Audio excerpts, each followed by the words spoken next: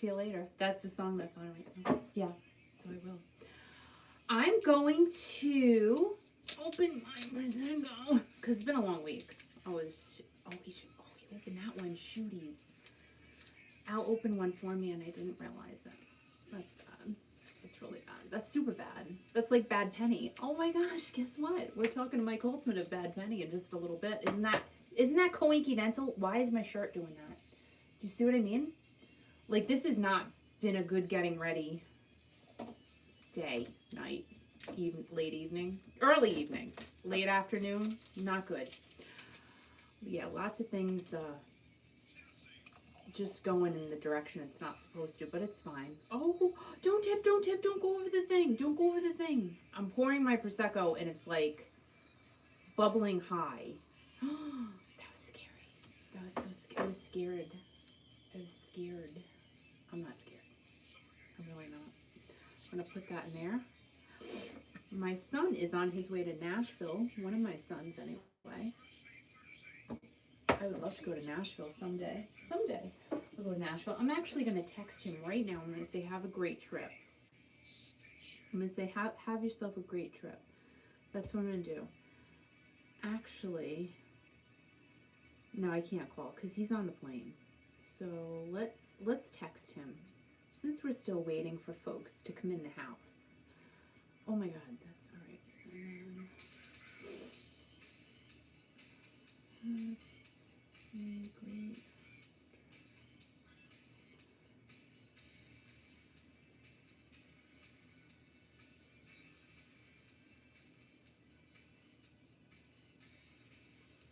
Okay, good. That's good. Did that. All right. Okay. Still waiting for folks to come along inside. Let me have a little sippy. Cheers to whoever's here. Hi. Cheers and happy Thirsty Thursday. Oh my gosh, yes. It has been a long, well, I say this every Thursday. It's been a long week. It's been a long week. A long week, but not really, because it's gone by so fast. I've been so beyond busy doing so many different things. Let's fix that. Yeah, so it is going by rather quickly.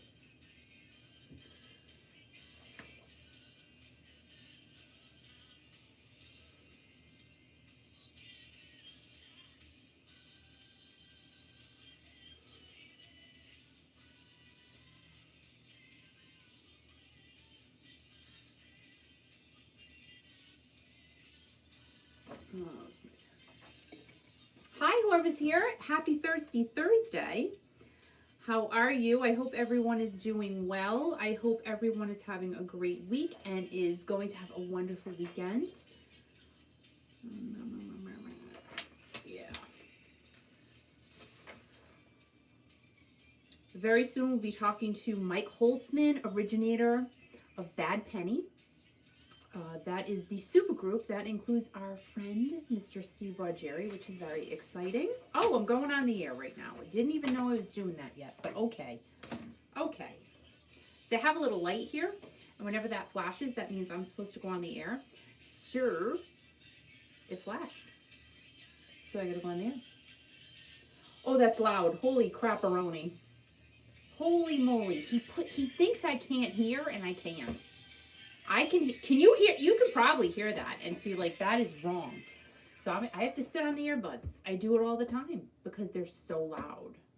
They're just so loud. I don't even know. Oh my gosh. Okay. They're loud, man. Like, they're so loud. I can't even, oh my God. I can't even put in my ears. They're so loud. Yep, they're loud.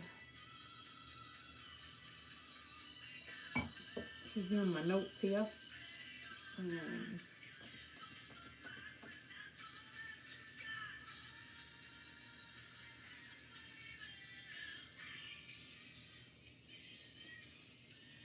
Take my hand and we'll make it, I swear.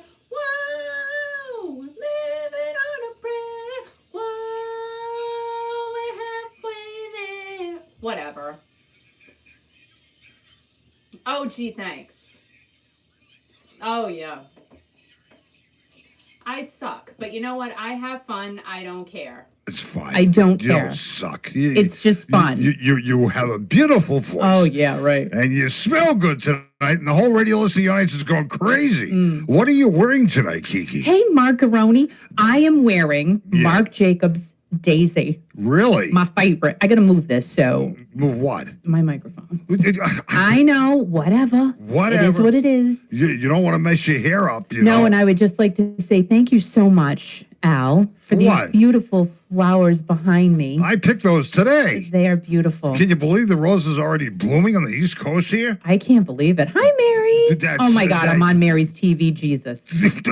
Please don't do that. Don't. Like, Roberta has done it. Ooh, don't look that close. Oh, God. Kelly, oh, God. Oh, my God. Good thing that Mary doesn't have me on her TV. Oh, yeah. That would But you did take a shower, so I'm very excited about that. Don't talk about that. I mean, He did. He took a shower for all of you. You know, I just can't. Yeah. You know, you did. You can't, but you did. You make fun of me in the morning. You make fun of me at night. I know. I'm sorry. I thought, and I did think about it a little while ago. I said, you know what? I pick on that guy a lot. Right. But because you pick on me, I took a shower. That was necessary. Because I'm sorry. I want to have a clean show tonight. Just saying. I'm rolling my eyes. For those of you who cannot see me, I'm rolling my eyes. Okay, it's good. You're gonna have a clean so you're talking show. to a nice gentleman in a few. His name is Mike Holtzman. Is he nice? I don't know. You talk to him all the time. I'm assuming. I'm assuming he's a very nice man. He's a very nice man. Yeah. And you've been saying all week he looks like a model. He does. Oh, my God. Work. Supermodel work. Don't stop. I know. You did that like I know, Tuesday morning, so fun. and you drive me crazy because all I can think of is RuPaul dancing around. That's right. You better work it, girl. Is RuPaul still alive? Yeah. Really? He sure is. Oh no, or she is. Is no, he or she? He's RuPaul, and he's awesome. Love him. You love him. Where has he been lately? I haven't seen him for a while. Oh, no, he's out and about. But I have to say, he had this show, and Corey's fiance and I were going to go. It's like, I don't know, it's the RuPaul show. It was going to be at one of the casinos around here. Yeah. And then when I looked more into it, he doesn't go. RuPaul doesn't show up there. What do you mean? Wait.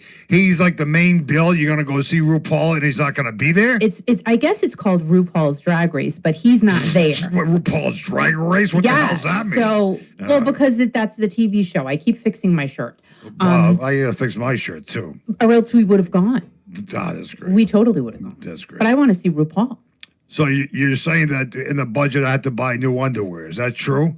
Are you kidding me right now? You're talking about that. Well, it's been kind of bothering me all week. You're serious. We're on a massive radio show. People listening to us all over the country right now. Yeah. And like at 6:30 in the morning, that's what you talk about.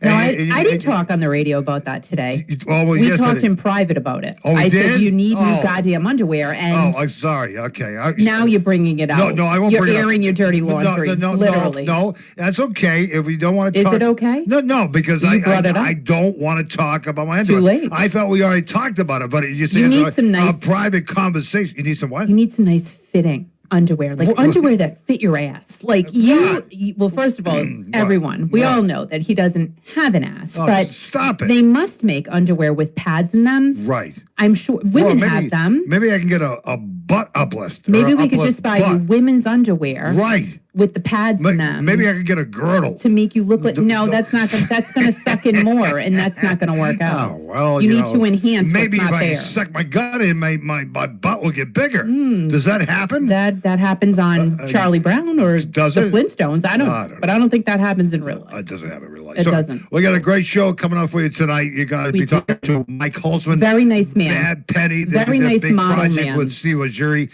recently with a song which is taking over the charts by storm. As it should. It's called, I don't know what it's called. Lose Myself. Lose Myself, and we'll play it later on. But he's going to be on in a few minutes. We got a big show. He's a nice model man. Don't you think I look like a model? A certain kind. Yeah, you do. Very much so. A model. Like a model airplane. I'm just kidding. I'm literally I just shouldn't pick on you. I'm sorry. I bet Hart would pick on you though. I think Anne would do it. I think Anne would totally pick on you. I don't know. You lead me right into it. You make me do it. I can't help it. You force me to do it.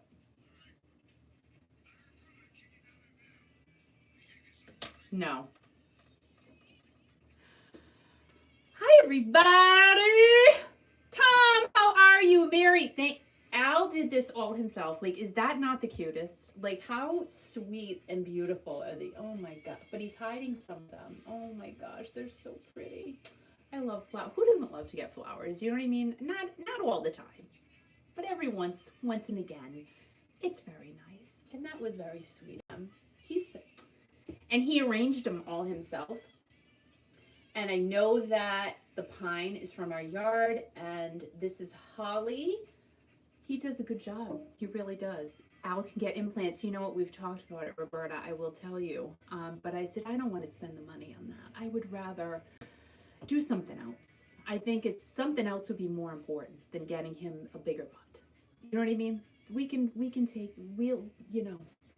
It's not that important, but it is fun to talk about it. I will tell you that. So cheers to everybody. Happy Thursday to you. Coming up very, very soon, Mr. Mike Holtzman.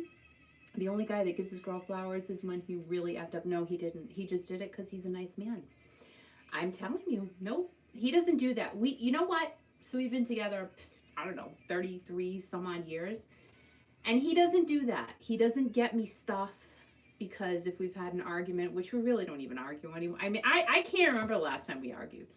It's been years, literally. So he doesn't. He just does it because he wants to. So I love that. Anyway, cheers to everybody. Happy Thursday. We got, again, Mike Holtzman coming up.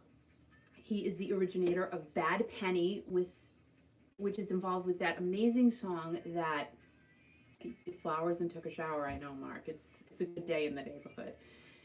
With the amazing Mr. Steve Augeri, and the song Lose Myself by Bad Penny, featuring Steve Augeri, is doing amazing on the charts. So we're very happy for everybody involved.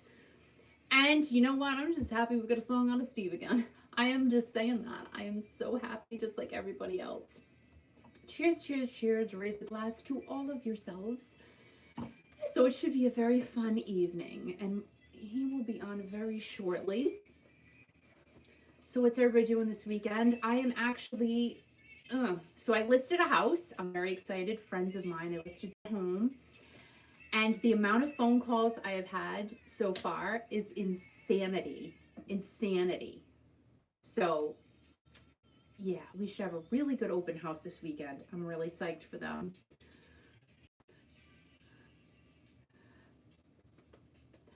You know, the real estate market here in Rhode Island is so hot. So hot. Not sure where, well, I know where some of you are from, but Baltimore, I would think, is really smoking.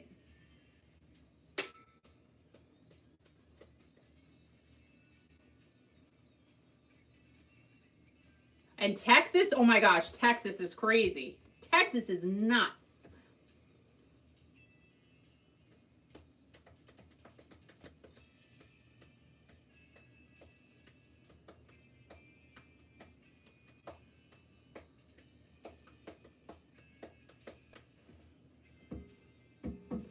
Ooh!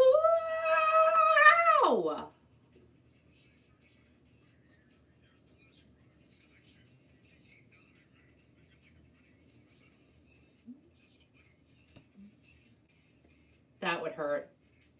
Yeah. That would just not be a good day. Talking about riding horses, we visited Stepping Stone Ranch over the weekend. That was fun. That was a lot of fun. That was fun. Is that my feedback? Yeah, you just got to lower the speakers just a bit so people don't leave. What is it? It's the speakers, yeah. It's the speakers. Okay. So we went to Stepping Stone Ranch out here in the East Coast over the weekend. And we haven't been there for many years. Many years. And Charlie Pride performed there right before he passed away. And Aerosmith. Aerosmith, too. Yep. That was pretty cool, man. And I'm sure other big bands of the 70s were there as well. But Aerosmith, I do remember, I've read about that several times, how they performed at Stepping Stone. And you just go, man, I wish I was there. Now, what town is that in Rhode Island? Is that Exeter? Exeter, Rhode Island, right? Yep. And a great venue that they don't let people ride anymore. I know, but they bought like 20 some odd horses. Yeah. And they had a yacht sale there. It was an estate sale. Actually, it's an estate sale. Okay. Yeah. And I got the coolest. I've never ever. I still have to clean it up, but I've never seen anything like it in my life. It is a transistor radio from the 70s, but it's not just, it has a cassette player in it. It's not just a transistor radio, though. It's this big round thing. It's round. I don't know what the name of it is. Wentworth, something like that. It's a radio or something. It's a radio. Yeah. It's the antenna, and it has a cassette deck in it. And that's great. I am so excited about it. I'm excited. I am. Are we? Oh, well, that would be nice if he did. Yeah. Yeah! Oh, sorry, I yelled. Woo! That's right. Yes, sir. Okay. Let me just look at my notes for a minute. This is crazy what this man has done now. Like, it's kind of insane. We can't even talk about everything because there's so much. But we're going to hit on some nice, very interesting points.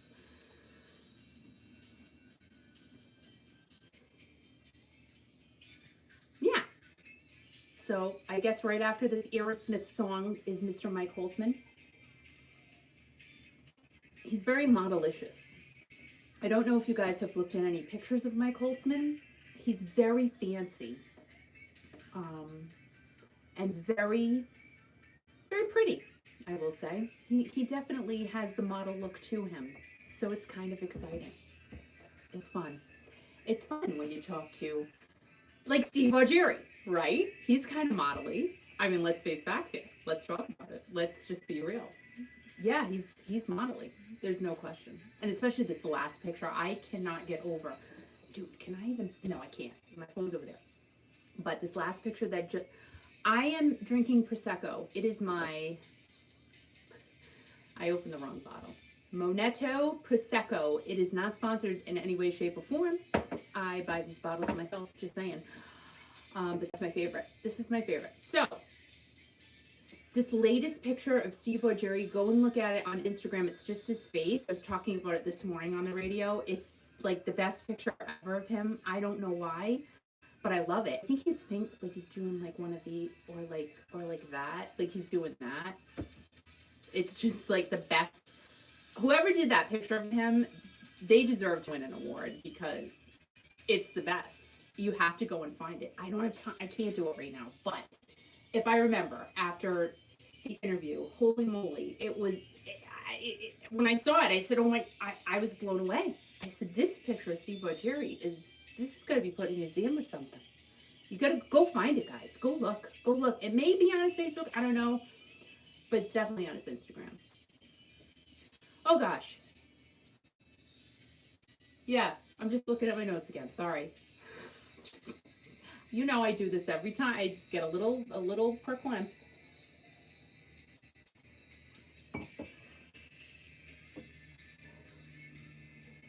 Especially like when you hear what he's done a lot of stuff. Like important stuff. He's an important guy. It's kind of crazy. Like I'm not important at all. But this guy's pretty important. Like he's done important things. Like things to make a difference. Just really neat. Okay, here we go. Here we go, kids.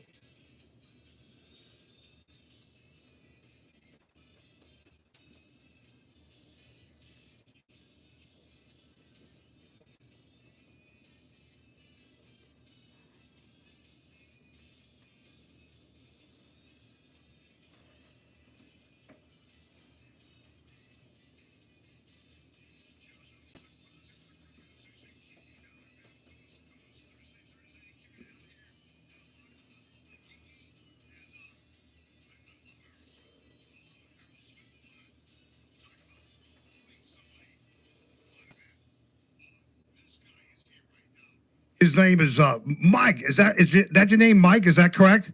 That's correct. Okay, Kiki, take it away. This is the guy you think looks like a model. Go ahead, Kiki. We'll talk about that in a minute.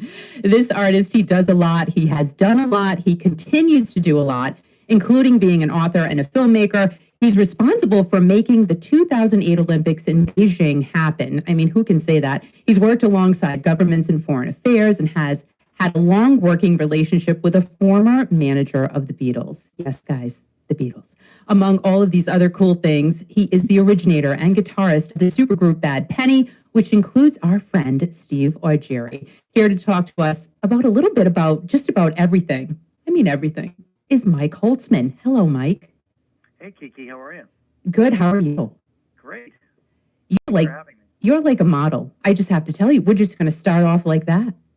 Well, that's very flattering. I assume you mean a hand model. No, like you're totally into John Varvatos too, right? Yeah, we actually have a partnership of sorts with John Varvatos. We've done a photo shoot with the whole band, and you should be seeing a lot of those photos in their spring rock and roll line in the next few weeks. Now, is that one of them that just came out? Is that included in that? One of the spring line, or one of the photos? It looks like you just released a photo. Steve was in it. You were in it. Yeah, that was a behind the scenes photo. And it was meant just to show that we were on the scene in Brooklyn doing the shoot.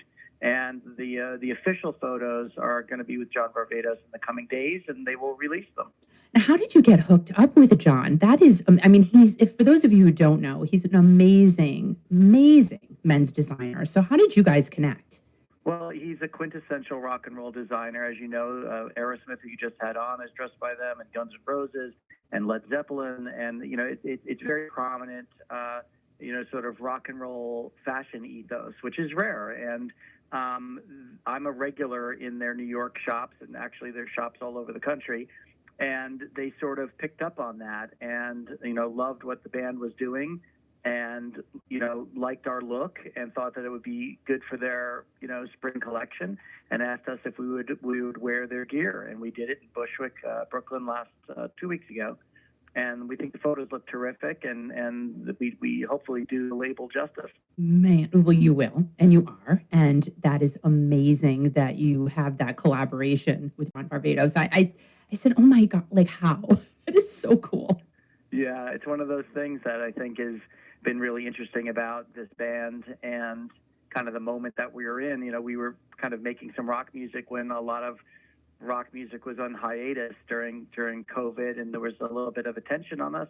And I think that really helped. And, I'm a big fan of John's and his fashion sense. So it really just worked out perfectly for us. And the band had a great time doing the shoot. It was one of Steve's, first outings during coronavirus. So It was great to get him out of doors and get him on scene for the shoot. And it was just a lot of fun to be with the group and do this with the Varvatos brand.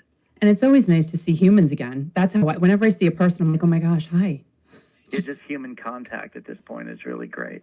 Now, you're from New York City, right? You go to the city a lot. Now, how is New York City today compared to what it was like this time last year? Well, there's always that quintessential New York City spirit, and that I think is still there. New Yorkers are very tough and resilient, and everyone's there and trying to really support their communities and neighborhoods, and that's terrific about New York. We saw that after 9/11, and we're seeing it during COVID. But at the same time, it's really unavoidable to see the amount of damage that's been done by this pandemic. I mean, there are favorite establishments, favorite clubs, favorite stores, favorite shops, neighborhood restaurants, all gone, and not simply closed for the time being, but really shuttered. And so that's really sad, and it's something very sad to see. My fiance Abigail is a musical theater professional, and Broadway's been closed for over a year, and it may not reopen until fall or even later than that. And all those performers and all of that energy is just sapped out of the city, and so that's been very very sad to see as well. And so while that spirit is there, it is definitely a changed place. And I was going to ask you about Broadway because we go there every December. We love to go see the Tree, go see the Rockettes. No matter how many times you see the Rockettes, I know I sound like a tourist, but it's just something we love to do every single year. And just all of the people around you and the happiness, it makes it so awesome.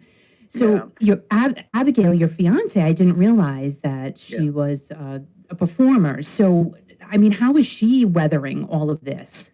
It's, I think, been particularly tough for her and for people in that profession because that's, they derive their energy from live audiences, and that is obviously not there. And I think the way that at least she's been sustaining herself is there's a piano in the house, and there's a Broadway pianist who lives near to us, and he comes and visits, and with his mask on, and she sings, and that's one helped keep her chops up, but also it's giving a little bit, I think there's so much muscle memory involved in being a theatrical performer that just getting the opportunity to do that with some regularity has been, good and healthy. But really, that whole industry has been so devastated, and you can't help but really feel for them. Oh, absolutely. Well, all of our love to Abigail, and I am really hoping that she can get back on the stage as well as everybody else, because all of us are clamoring and just wanting and desiring to get back to see all of our favorite plays and shows again, for sure. Me too, absolutely. And it's the same for obviously live music and our favorite acts, and the guys in Bad Penny are all professional touring musicians, and it's been one, great that they've had the opportunity to do this project, that we've had this moment where we can do it. It's one of the silver linings of the pandemic. But at the same time, they've been really just dying to get back on the road, because that's where they draw their strength and their energies from fans in live settings. So it's all of live music, and arts, performing arts, that has suffered, and we just can't wait for some sense of normalcy. And we can't wait to have you. I will tell you that. Now, Mike, we have to dive into your history a bit, because as I'm reading about you, I said, holy macaroni. Like, you are rich in everything you've done. Now, you are president and founder of Bellwether Strategies, which, the business is around global communications. You were an advisor to the director of policy planning staff at the U.S. Department of State under United States Secretary of State Colin Powell, and you were the special advisor for public affairs for the United States Trade Ambassador in the President Clinton administration. Now, the careers that you have had and still have, they don't seem that they would put you on a path to bring you together to create a supergroup. So, first of all, how do you find the time to, have this group together? And how did you come up with doing this when literally you're in two completely different worlds? Yeah. I think a lot of people nowadays, especially during the pandemic, have been able to branch out and do things that they maybe ordinarily wouldn't have, because the things that are truly special to them, creative things, get crowded out by having to be a grown-up. And, you're not able to do this. And I always envied the other guys in the band who decided that music was their life, and they dedicated themselves to this 100%. I grew up in a very musical household. My mother was the ticket girl at the Westbury Music Fair, and saw Joplin and saw the Doors and saw the Who, and saw all the great acts. And she and my father really imparted to us an amazing record collection, both me and my brothers.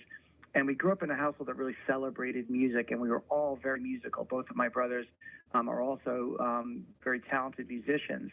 And, I did all the things that a young musician does. We won the Battle of the Bands in high school, and we had opportunities for record contracts. And I just made really a fateful decision to say, look, I'm going to go to college, and I'm going to look and do other things and sideline music and art and writing and a lot of the other creative outlets that I had. And I kept up with it. It wasn't as if I had abandoned it. It was just, it fell into a different position than a lot of the other guys. I graduated with people who ended up in bands like The Roots. These were guys in my high school. And, there were a lot of celebrated bands that came out of my cohort. But I went in another direction and, kept up with it and kept writing music and playing music. and certainly enjoying music, but it didn't become the spirit point of my life for a long time. I managed to squeeze in art. I like to paint. I like to do other things creatively, and I'm a published author. I like to do that. But it gets crowded out by reality when you've made that decision to get off that path. And so what coronavirus did, interestingly, is it sidelined my international travel and some of my, professional work. It just gave me time to be in one place at one time and to kind of get back to things that I really enjoy doing that were good for me, good for my soul. And music was one of those things. And of course, everyone else was sidelined. I was able to ring up a few friends and say, hey guys, do you want to work on this project? It's something I've been thinking about, where we, have an array of songs in different genres that we love. And we can rotate singers based upon, the style of music. And we just were very fortunate to have had that moment. And I know a lot of people feel like the year was lost for them. And in many ways it has. It's been a disaster economically and socially. But for us, it was this really monumental time where we were able to get a lot of creative output done, write some really good songs, I think, and execute and really fill a void. Because when we put out our first song, there was very little rock on, kind of mainstream radio at the time. And we just managed to put this out at exactly the right moment and capture a really devoted audience. Now, do you think it helps, though, that your fiance is in the arts as well? Did she actually have a hand in pushing you to get this done and do this? Yeah, Abby's been very encouraging through the whole process. I mean, we were quarantined together, and it was a year of kind of doing everything kind of in a mobile way, even communicating with the other musicians. We had to record the music in a quarantine way. And Abby was really there every step of it. And, it's hard to be a virtual theatrical performer, but I've been encouraging her to continue to rehearse and practice. And on the same token, she's been very, very encouraging of this band and has really, pushed me to complete the record and has been with us every step of the way. That is awesome. And, it's funny. I have to say that all of the artists I've spoken to, I asked the same question. How is it to perform with each other virtually? Yes, it's weird in the beginning, but it's just something, first of all, you have to get used to it. And second of all, you just get used to it. Yeah, I think we were fortunate. I mean, Steve we've all been very, very dedicated to coronavirus protocols. We've all been very, very safe for various reasons, whether we had pre-existing conditions, people in our families who were ill. We had every reason really to be responsible, citizens, but at the same time, we managed to find a studio in Woodstock, a very fabled studio called Dreamland. And it's owned and operated by Jerry Marotta, the great drummer, Steely Dan, and Peter Gabriel, and Tony Levin, these amazing musicians. And it's in an old church, and we were able to record the tracks in a way that we were in the same room together, but separated by about 25 feet between each of us, and masked. And so it was really incredible to find out we had this incredible chemistry around the music.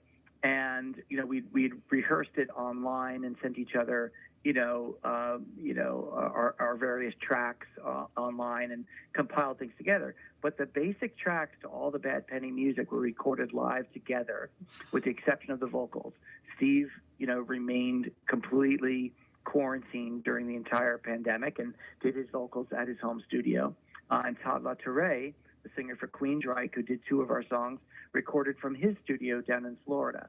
And it worked out better. Those guys have obviously a lot to protect in terms of their livelihoods and their art.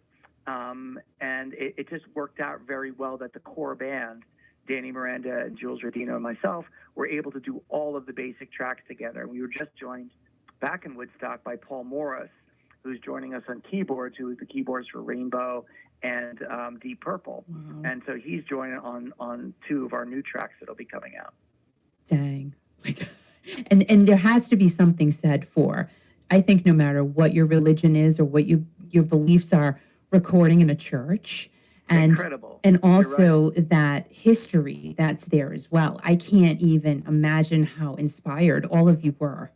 Yeah, it truly was. The place is called Dreamland, and when you see these beams of light coming through the stained glass windows, which are there, these amazing vaulted cathedral ceilings, this amazing acoustic ambiance that's created in a room, this cavernous room. It was really magical. And it wasn't lost on any of us. We really loved it. And we think that there's an intimacy that comes out in the music that a lot of people have commented to us that they feel like the music sounds like a very tight band, like a band that knows each other, it's a warm sound that sounds intimate rather than very antiseptic and recorded in 5 different places and cobbled together. It really feels like a band that is, finely tuned. So we attribute that both to the performances, but also to that amazing room at Dreamland. And I agree with you. I would have never guessed that some of the vocals were recorded in a separate location. And see, that's where I think, the pandemic has created opportunities for a lot of Absolutely. Musicians as well. And hey, the word is pivot. That's been the word of the year. To pivot and adjust and learn how to get around the corner and make everything still work the way that it used to, but just in a different way. Right, and there's a management consulting phrase about adapt or die, and it's really aimed at companies, but for musicians, I think that will also really came true, that a lot of old dogs had to learn new tricks. You saw Paul McCartney recording an entire album on his own, having to learn how to use certain digital interfaces that he could do that. And the Stones released a song, and I think a lot of artists just have this need to get the music out. And if you're a band, like Foo Fighters did this as well, you're able to overcome these obstacles and turn them into opportunity. And for us, as long as we were responsible and we went to the mountains and we were, socially distanced, and we knew the material, we were able to lay those songs down in very, very few takes. So we just got in there and we played like a band that's been playing together all our lives. So there was a certain magic that was certainly unlocked by that. And having people like Steve and Todd behind the microphone, these very different ways are 2 of the really great voices in rock and roll, really, pushed the music over the top. And we were, all thrilled with the result. Oh, and we can all hear it. And that's why we're loving what you guys are putting out. And we appreciate it so much. Yeah, it's been a surprise in many ways, but a real delight for us all. And that's awesome. Now, going back to, you've recorded in Woodstock, but you also have a long-standing relationship with Peter Brown. Now, for those of you who do not know who Peter Brown is, he was Brian Epstein's. Brian was a personal Beatles manager, and he was the Beatles' personal assistant. Now, from there, Peter went on to form many, many businesses. One of them is BLJ Worldwide, a boutique strategic consulting firm. And this is the company where you became a partner with Peter, I believe. Now, you have some Beatles pictures posted on your Instagram. How many amazing stories has Peter shared with you about his time with the Beatles? Incredible stories. I mean, it was, we were partners for 15 years, and it was an interesting crossroads because I came from more of a a political diplomatic background, and Peter comes out of arts and entertainment. But obviously, I'm a huge Beatles fan, and got really immersed in that world and became close with the surviving Beatles and close with Yoko and a lot of the people in that inner circle. And it was really kind of just magical to hear the nuances of stories that a lot of people are familiar with. But there was a lot of details about their personalities and, intimate moments and private moments. And, just getting to be behind the scenes, when the Cirque du Soleil show opened in Las Vegas and being there, as kind of part of that inner circle was really remarkable. And I lived with Peter at his house on Central Park West for a time. Wow. That was next door to the Dakota. And just having Peter tell me the story of how he got John the apartment next door, which, of course, the fateful apartment where he was assassinated. Yeah. But these are intimate stories and personal stories, how he introduced Paul to Linda, the great love of his life, and wow. how he found a place where John could marry Yoko and, of course, become immortalized in the Ballad of John and Yoko. Peter Brown said, "You can make it okay, you can get married in Gibraltar near Spain." that was Peter. And so being part of that was certainly extraordinary. And I'm not one to be really starstruck. I think important people and famous people at the end of the day are people. And Right. they could be interesting, they could be boring, they could be fascinating and engaging and standoffish. I've been fortunate to know a lot of these people. And Peter's just one of those guys who, was born in Liverpool or near and got to know these four guys when they were very, very young and was there in the Cavern Club with Brian, discovering them, and rode this rocket to the top and, changed the industry and changed music and changed culture forever. And of course, Peter subsequently went on to a very successful career, discovering Andrew Lloyd Webber and in helping Andrew invent modern musical theater that tours and syndicates its content. Running the Robert Stigwood organization, which produced Grease and Saturday Night Fever. And if you've watched the new Bee Gees documentary, Yes. How Do You Mend a Broken Heart? Mm-hmm. Peter factors in there because they wrote to him to say, would the Beatles label consider us? And it was Peter who turned Robert Stigwood on to these three young brothers from Australia. And so Peter's had this amazing career and amazing people crossing his path. And it just, after a while, after 15 years, nothing was surprising anymore to know, Mick Jagger lived in his house for several years. And, David Bowie's coming over for coffee. Or it just became, an endless source of fascination to a music fan, but also gave you a real fly on the wall perspective on real people who end up being extraordinary. I'm just kind of in awe. I'm sorry, I am, but to just know that you've been around that type of history for that many years, and you've been able to hear, like you said, personal stories from someone who was literally with the greatest rock band, really, of ever, Sure. right, ever in the world of history. For sure. So it was truly remarkable and wonderful to get to know these people, and some of them quite well. Spending time with all of the surviving Beatles and their family, and kind of being part of their universe, has been wonderful as a music fan first and foremost. And that's the way I look at things. Is that I really enjoy this music. I love it. It's the soundtrack of my life, mm-hmm. and to be that close and proximate to it, and realize that there are ordinary people who have the same cares and concerns that you do, that are inspired or horrified by the same things you are. It's kind of a humanizing, humbling thing. Right. On your end, for sure. But like somebody, like me looking back and just stepping back and saying, holy crap, like they formed everything. They did. They were the basis of all of it. Yeah, it certainly is. And I mean, I'm a real, like you, lover of music, mm-hmm. and I can trace back rock and roll to Ike Turner and, mm-hmm. Olds 88, and, but to me, the Beatles really set in motion something that was remarkable. Yeah. And, I remember Peter asked for my help in writing an article for Time magazine that was celebrating, I think it was the 50th anniversary of the release, maybe it was the 60th anniversary of the release of Love Me Do. And they asked him not to recount everything about the Beatles. The Beatles are overexposed in many ways, but it was to say something really more personal about why this happened, like what brought this about.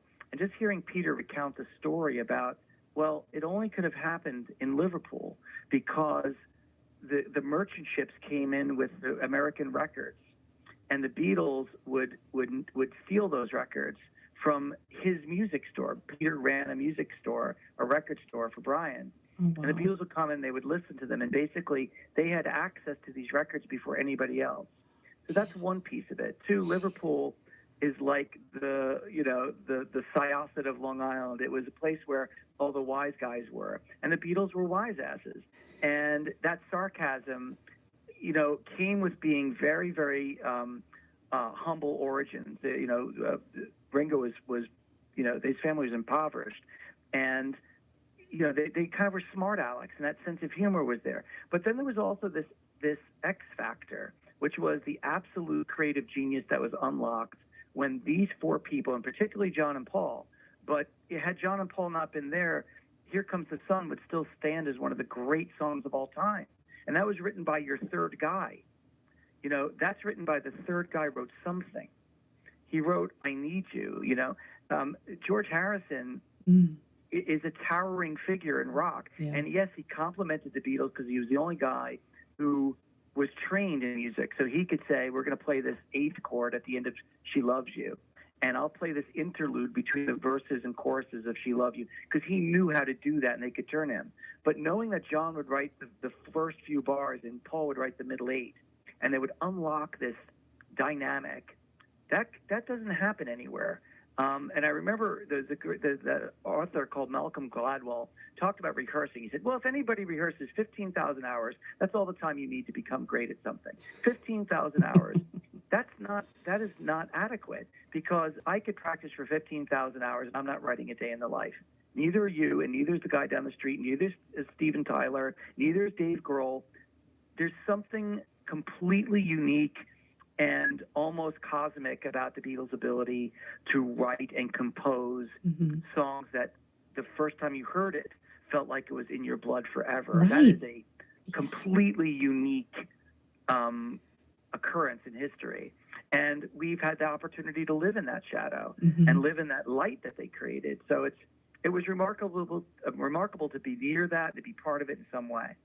You know, it's so interesting how you say the Beatles were wise asses, but yet their fame was so intense and so, I would have to maybe say the word grueling maybe at the end, and how they turned not into smart asses, like they just didn't want any part of it anymore by the end. That's what it seems like. Yeah, I think that there was a sourness there that was obvious, and this is something Peter talked about often, was that the bigger that they got, the smaller their worlds became, and they became increasingly isolated. When they came to New York for their first trip, they hid in the bathroom of the Warwick Hotel. Wow. It was the only place that they could hide, and it was just the four of them, and they were besieged, and there was no industry around them. They didn't have handlers or minders or paparazzi or PR guys, or they didn't have people to manage that level and magnitude of fame, and it was quite terrifying to them. You know, they enjoyed it.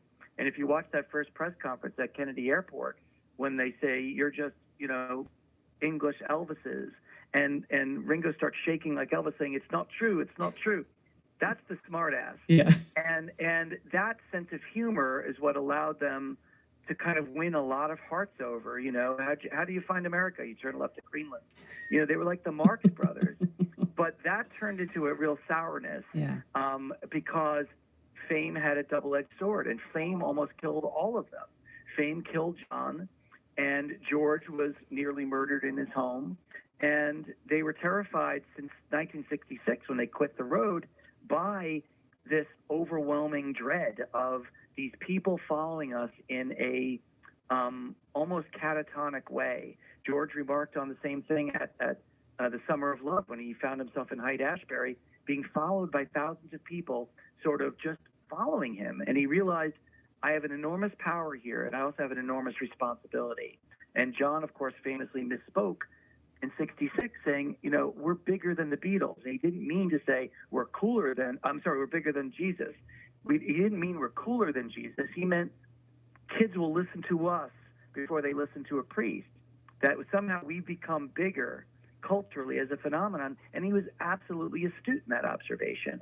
And he didn't mean that as a boast. He just meant it as this is what we have wrought, and we have to contend with that. The idea we can't go out anymore, we can't walk down the street, we can't live normal lives. And I'm hoping that Peter Jackson's new film, which is coming out about the Let It Be sessions, really showcases that they still were four very young guys.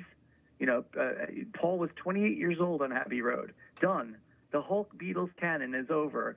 At 28 years old, that they were still kids. They were still able to laugh and smile and enjoy each other's company. And it wasn't quite the arc that was been portrayed, that it just went south when Yoko showed up, and you know they fought all the time. And some of that's true, but the Let It Be movie that we know isn't quite the way it was portrayed. That there was a lot of, you know, the tension was there for dramatic purposes that the filmmaker Lindsay Michael Hogg created. And Peter Jackson intends to restore the image that these guys were still funny, fun-loving guys who really enjoyed the music in each other's company at the end of the day. You had posted something, and I'm sorry I didn't write it down, but you talked the Beatles and their business, I don't know, business handlings. Do you remember what I'm talking about? It's kind of like, I don't know, you said something to the fact of if they had only had a better handle on their business type of thing. I'm not quoting you exactly, but do you remember what that meant? Yeah, the Beatles famously lost more money or than any other act in history. For real. Because there's a very famous story that Peter imparted. And a part of this, again, is, I think Brian Epstein was very savvy in many ways. He packaged the Beatles. He understood image.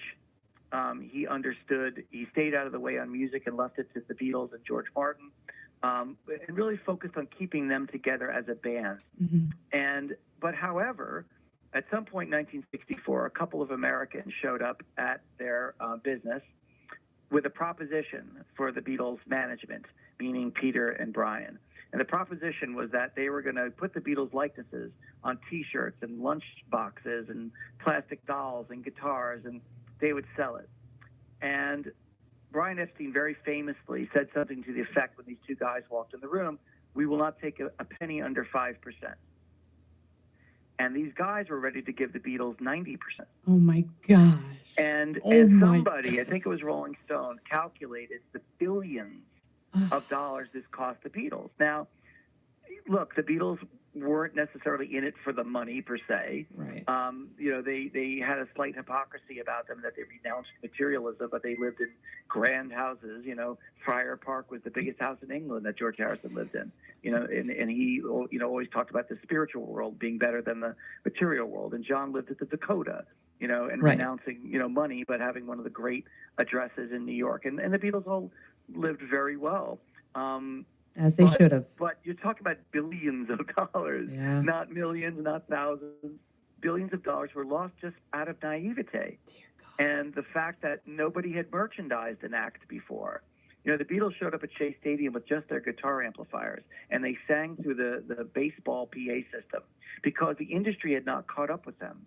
They were able to fill a stadium, but the stadium could not meet them and meet the fans. And in the same way, there was not a merchandising section or division that was able to figure out that there was really an opportunity here for rewarding the Beatles, if you will, for their monumental success, their commercial success.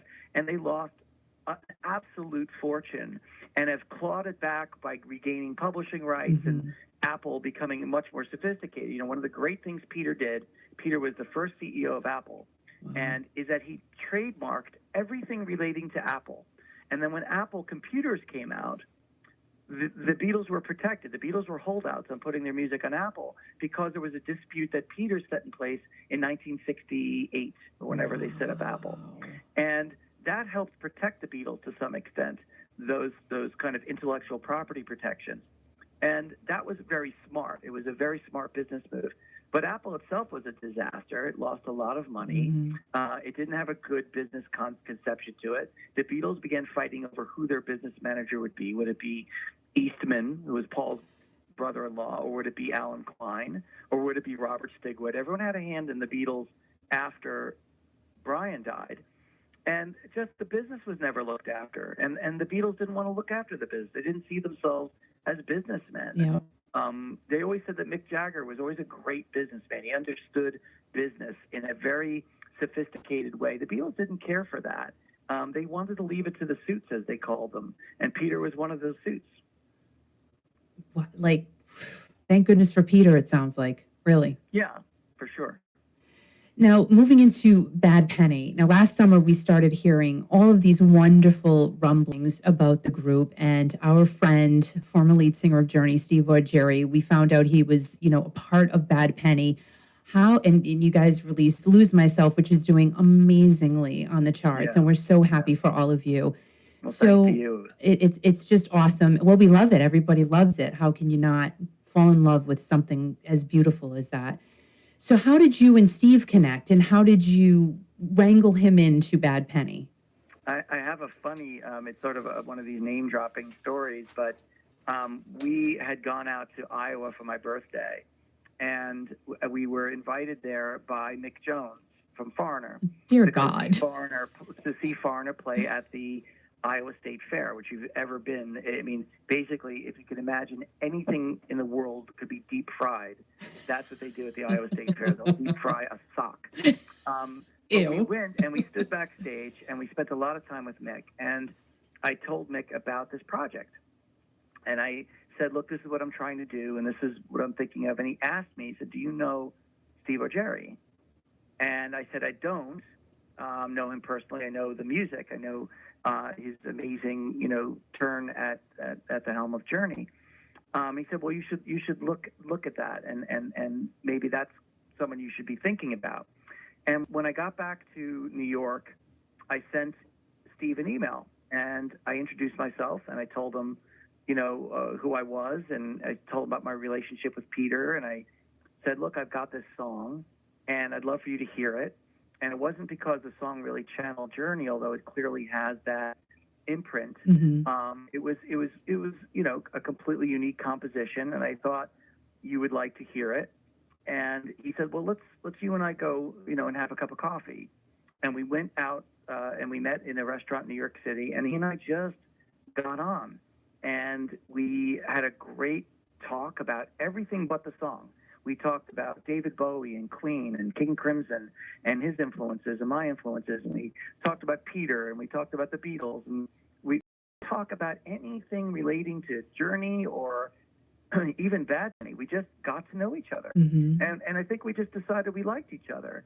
And he went back, and COVID kicked in. And we were supposed to go to the studio. It was a weekend, and we were all ready to go to Sir, which is a very legendary studio in New York City. The Stones rehearsed there, and Fleetwood Mac. And we were all ready to meet there on a Saturday, and we're all driving there. And I go over to Abby, and I go, I don't think this should happen. I don't think this can happen, because everyone's already starting to lock themselves down. And as we were talking about it, the phone rings, and Steve going, I don't think we should do this. I think we should try to ride this out. And we all turned our cars around. And it was sort of an interesting moment, because it forced us, as you said, to pivot and figure out how are we going to do this without having rehearsed it and worked it out as a band. And it turns out we went to Dreamland, the three of us, and recorded. And Steve got that music and just laid down what was initially a demo. He said, let me just give you something so you could hear my approach. And I mean, it was just one of those magical moments where we were at a gas station, Abby and I pulled over, and I made her put the headphones on first. I said, I don't want to listen to this yet. I want to see your face. And just her jaw dropped, because he just delivered that voice, and that delivery. And what he gave us in that demo was very, very similar to what ultimately came out on the track. And it just was simply magic. And it was one of those things where it was the perfect voice for that track, but also in a great way, the perfect guy, because, I love this guy, and we haven't gotten to spend a lot of time together in the same room, but we talk once a week, at length about anything, movies, TV, politics, health, whatever it may be. And I've just come to really, really respect and appreciate him as a human being, who happens to be extraordinarily talented and as an artist, and who made that song that I wrote for Abby really incredibly beautiful and moving and powerful. So it's a great story, and I owe it to Mick Jones. Wow. Mike, like the connections you have, it's insane. But I do have to say, so what crossed my mind when you're telling that story about Steve and Mick Jones, that Lose Myself was not supposed to be released until it was released just recently, because imagine, you're in the beginning of COVID, who would have paid attention? Because the world was, spun on a dime at that point. Yeah. So it wasn't meant to happen for you guys then. I think you're right. I mean, there's a lot to be said for that, and timing in everything is everything, right? So, the fact that the song came out when it did, it was interesting. We released we had released one song with Todd LaTorre called Voices in My Head, which is sort of a classic rock, kind of stomper. And it did very well. I mean, it charted. It was in the top 40. It did really well. But you didn't have the volume of listeners. I mean, you had a lot of listeners. But it came out right during the peak of COVID. And it was one of the few rock songs that were out. There was not a lot of rock and roll coming out.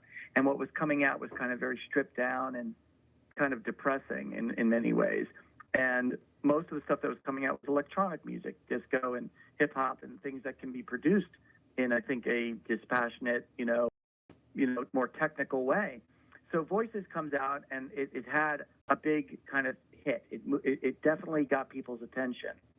And right before Lose Myself came out, we released the second track with Todd, which was a heavier song that reflected, Danny and I both really like, heavy music, and it drew really on Todd's strengths as a singer, and that was called The Mirror Live. And that song just hit with a real punch, and it was a real change of gears for us, and it found its own audience, and it did very well. It has just tons and tons of streams and got on rock radio, and it blew up in other countries. It's doing very, very well. But it was right on the heels of that Lose Myself was completed, and we waited. We held on to it through the holidays, and then dropped it. Yep. And it just had this perfect moment where you weren't hearing a lot of music like that. And, even Journey, in my view, is not making music like that anymore. And they're in this kind of limbo. I believe they're going to be putting out something new soon. So we just kind of had this moment where, one, as you said, we had people's attention. We had an audience that had been developed and that were willing to go along this ride with us, which was, we're not going to write two songs that sound alike. We are not going to draw a straight line. That, to us, who said that those were the rules? Why can't the rules be that we all love different types of rock and roll? We will put our own signature on these different sounds, but why can't we do a song with Debbie Harry? And why can't we do a song with Dee Snider? Why can't we do a song with Steve O'Jerry? And it all is part of a whole, but it's just the way we choose to express ourselves and kind of make our own rules. And that was the beauty of Lose Myself, is that we brought along the guys who love the heavy stuff. We brought along the gals who love the first song. We brought along the younger listeners who really like the Mirror Live. We brought along some classic rock lovers. They all came along, and it built that song up, and that's why it's doing so well. It continues to rise on the charts. It's got over 500,000 streams, on various platforms. The video did very well, so we couldn't be happier. And I think at the end of the day, part of this was for ourselves to really, get some music out during a very sad and, cloistered time in everybody's life, and also maybe bring a smile to people's faces. Oh, you certainly did. And you picked the best guy. Steve O'Jerry is just, everybody loves him.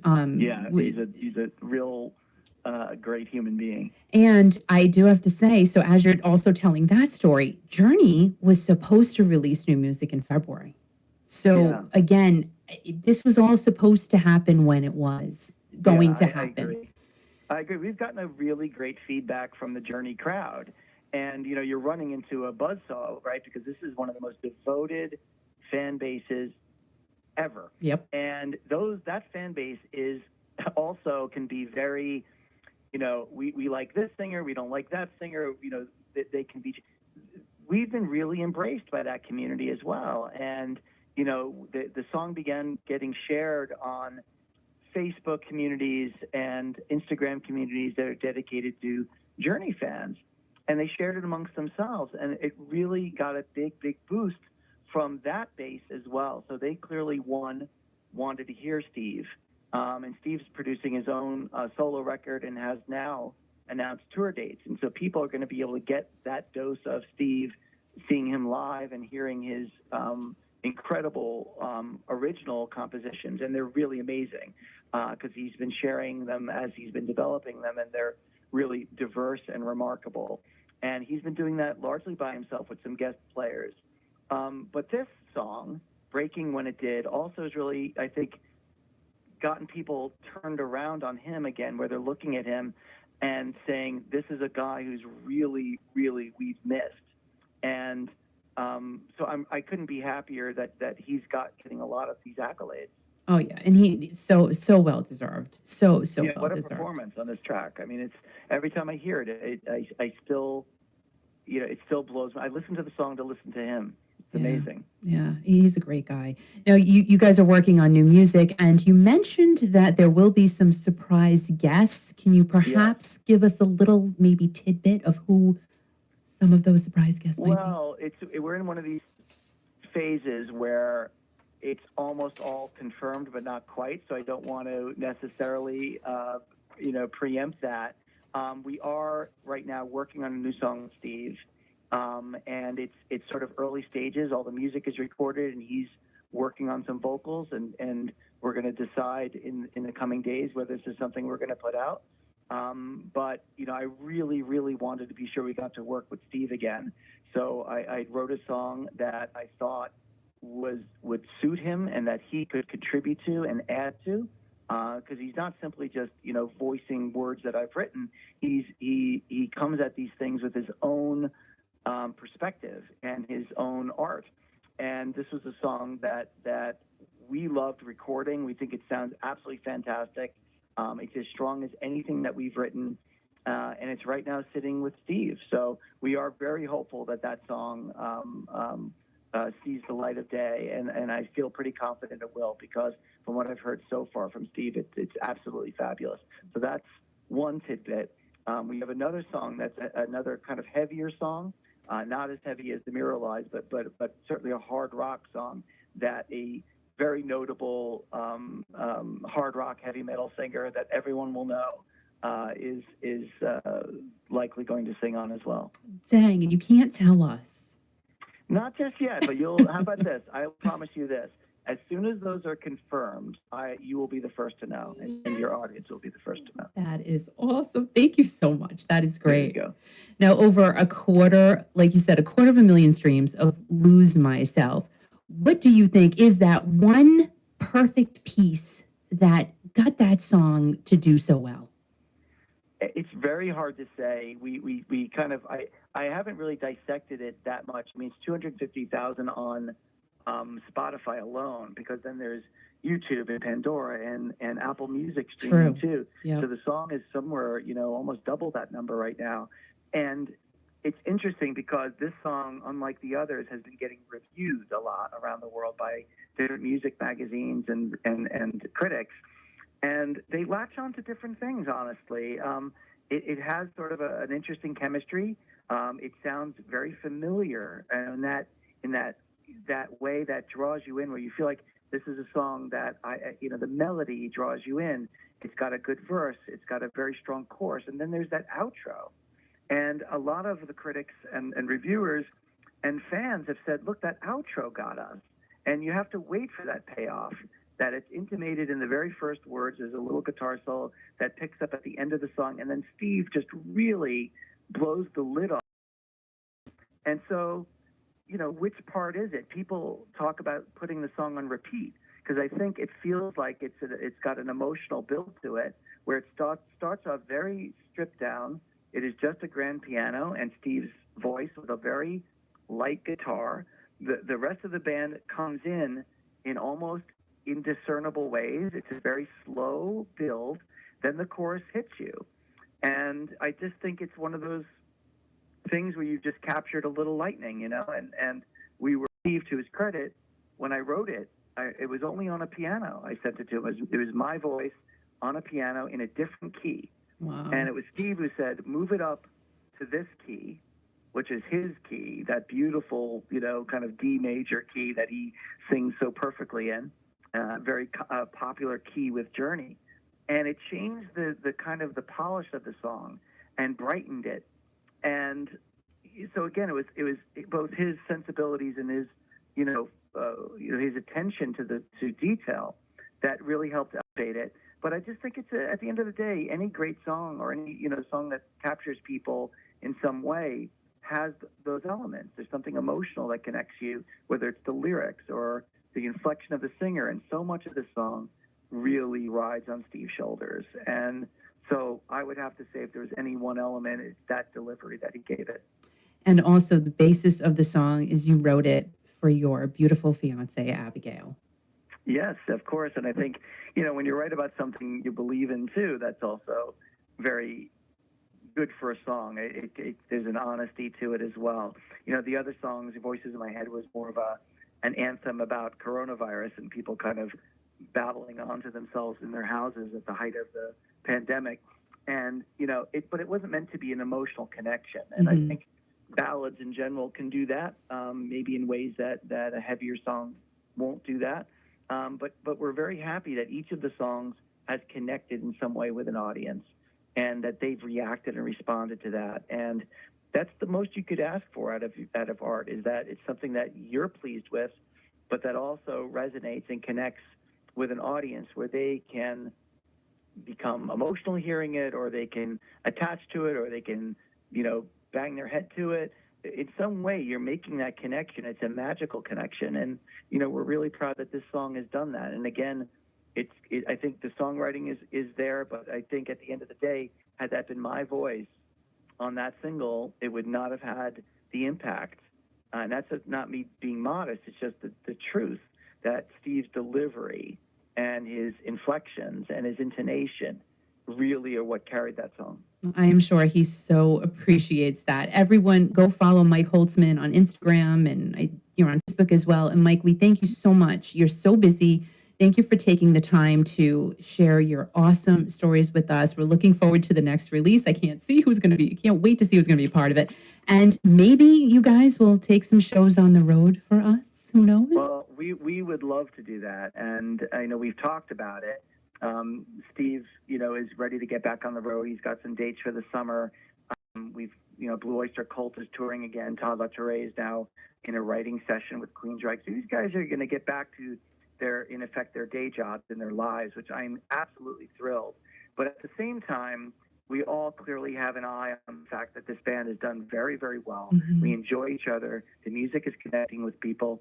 So if the right opportunity presents itself, I think who knows? Well, we'll be following that for sure. Mike Holtzman, originator and guitarist of Bad Penny, thank you for giving us something really good to come out of this year. We appreciate you, and thank you, Mike. Kiki, thanks so much for having me on, and happy birthday. Oh, thank you. Thank you. I appreciate it. Bye-bye. Bye.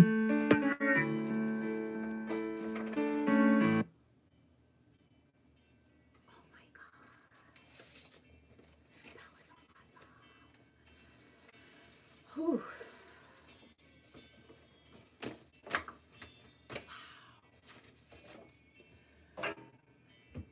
Okay.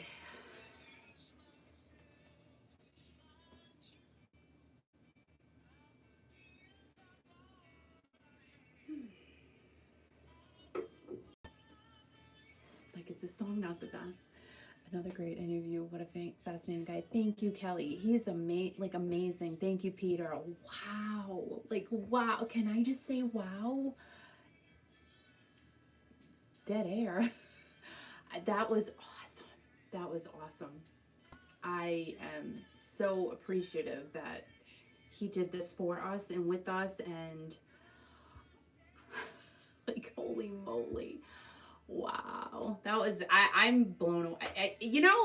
No matter how many of these interviews I do, there's always something that I go, what just happened? Oh, read your joke on, I can't see it, Tom. YouTube, they go away. They go away. Let me see if I can get it on the phone. You're funny. You're telling jokes now, Tom. You kill me. Let me see if I can find it. That was so awesome. Wow. He is a nice guy, right? He's such a nice guy. Oh my gosh. That was so interesting. Was that not interesting? All right, let's see. Turn this down. Until wind and fire get equal respect. Happy Earth Day, dead air. I don't get it. Tommy is so funny. All right, so I hope you guys enjoyed that. I hope so. Here's my joke. I refuse to celebrate Earth Day till wind and fire get equal respect. Tom, it is Earth Day, right? Oh my gosh, and I got flowers from the earth. Happy Earth Day, everybody. Oh my God. You know, you forget what day it is half the time, right? I have no idea what day it is half the time. Like I said that already. That was great. Is this song, yes, that is Steve singing, Mary. I mean, you know what? We gotta have Al share it on the Kiki.fm page again. And I gotta figure out how to share it on you know what? I can't. Did I share this on YouTube already? I'll have to figure it out. I beg Sam not to sit Samsung anyways. Oh my God. Tom, you're on a roll tonight. Yes, this is Steve or Jerry. Yeah, I mean, was it not about time? And he's also going to be releasing an album, which we're very excited about. He was speaking to me when he said about people putting it on repeat. Yeah, right? It's true. How could you just listen to it over and over again? Definitely.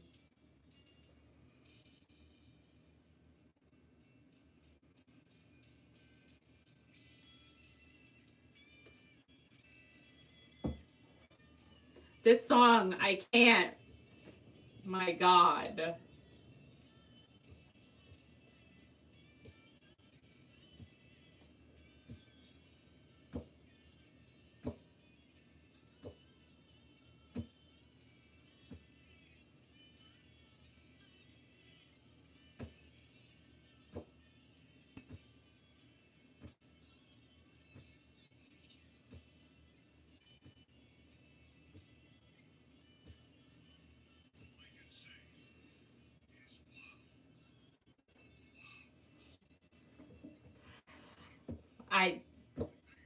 I'm speechless, to be honest with you. I am speechless. I'm done with the interview going, what just happened? What just happened? The life that he has been able to experience, oh my gosh, is epic. Yeah. You never know about anybody's personal life until they share the story with everybody. And for him to share his story was incredible. And God bless him and his fiance and everything he's done in life and will continue to do in life. And it's just amazing. It really is amazing, isn't it? Oh my God. He's worked for presidents. I'm just I saying. know. I'm just kind of saying. I know. Mike Holtzman, Bad Penny, thank you very much. Thank you so much. Oh Like that was awesome. That was awesome. You know, it really was. I was sitting here with my mouth open going, what just happened? I know. I mean, Yoko Ono, Paul McCartney, Ringo Starr. Right. Everything. It's just amazing. Yeah, I know. Kiki down at them. You know who else is amazing? Who? This guy right here. Say hi to Kiki. Hey, Kiki, how are you? Happy birthday. Good. Thank you. Is this Kurt? It is. Oh. Live from Nashville. Wait a minute. We're getting ready for the rise above. Oh, my gosh. You lucky dog, you. So Kurt Angels is in Nashville, Tennessee right now.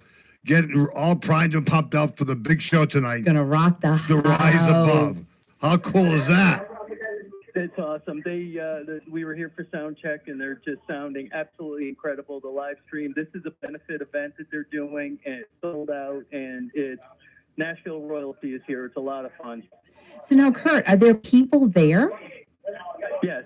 So there are people inside the venue. Everybody's socially distanced, etc. Yeah. So people could really go. Yeah. Oh my! I literally thought it was just a live streamed event. No, it's awesome. But everybody here is wishing you a very happy birthday, young lady. And awesome. This is the 10th anniversary of your 29th? Yes, it is. Thank you so much, Kurt. Now I'm 290 years old, but thank you. Kurt sent me a picture like 6:30 this morning of him on the airplane.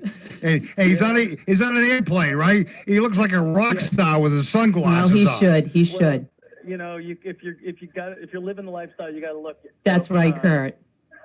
Yeah, so I'm blessed to be here and with Dean and his family, and it's just everybody in the band has just been awesome. I had a great chat with Jay DeMarcus and Jason Sheff and Chris Rodriguez. I mean, just wonderful people.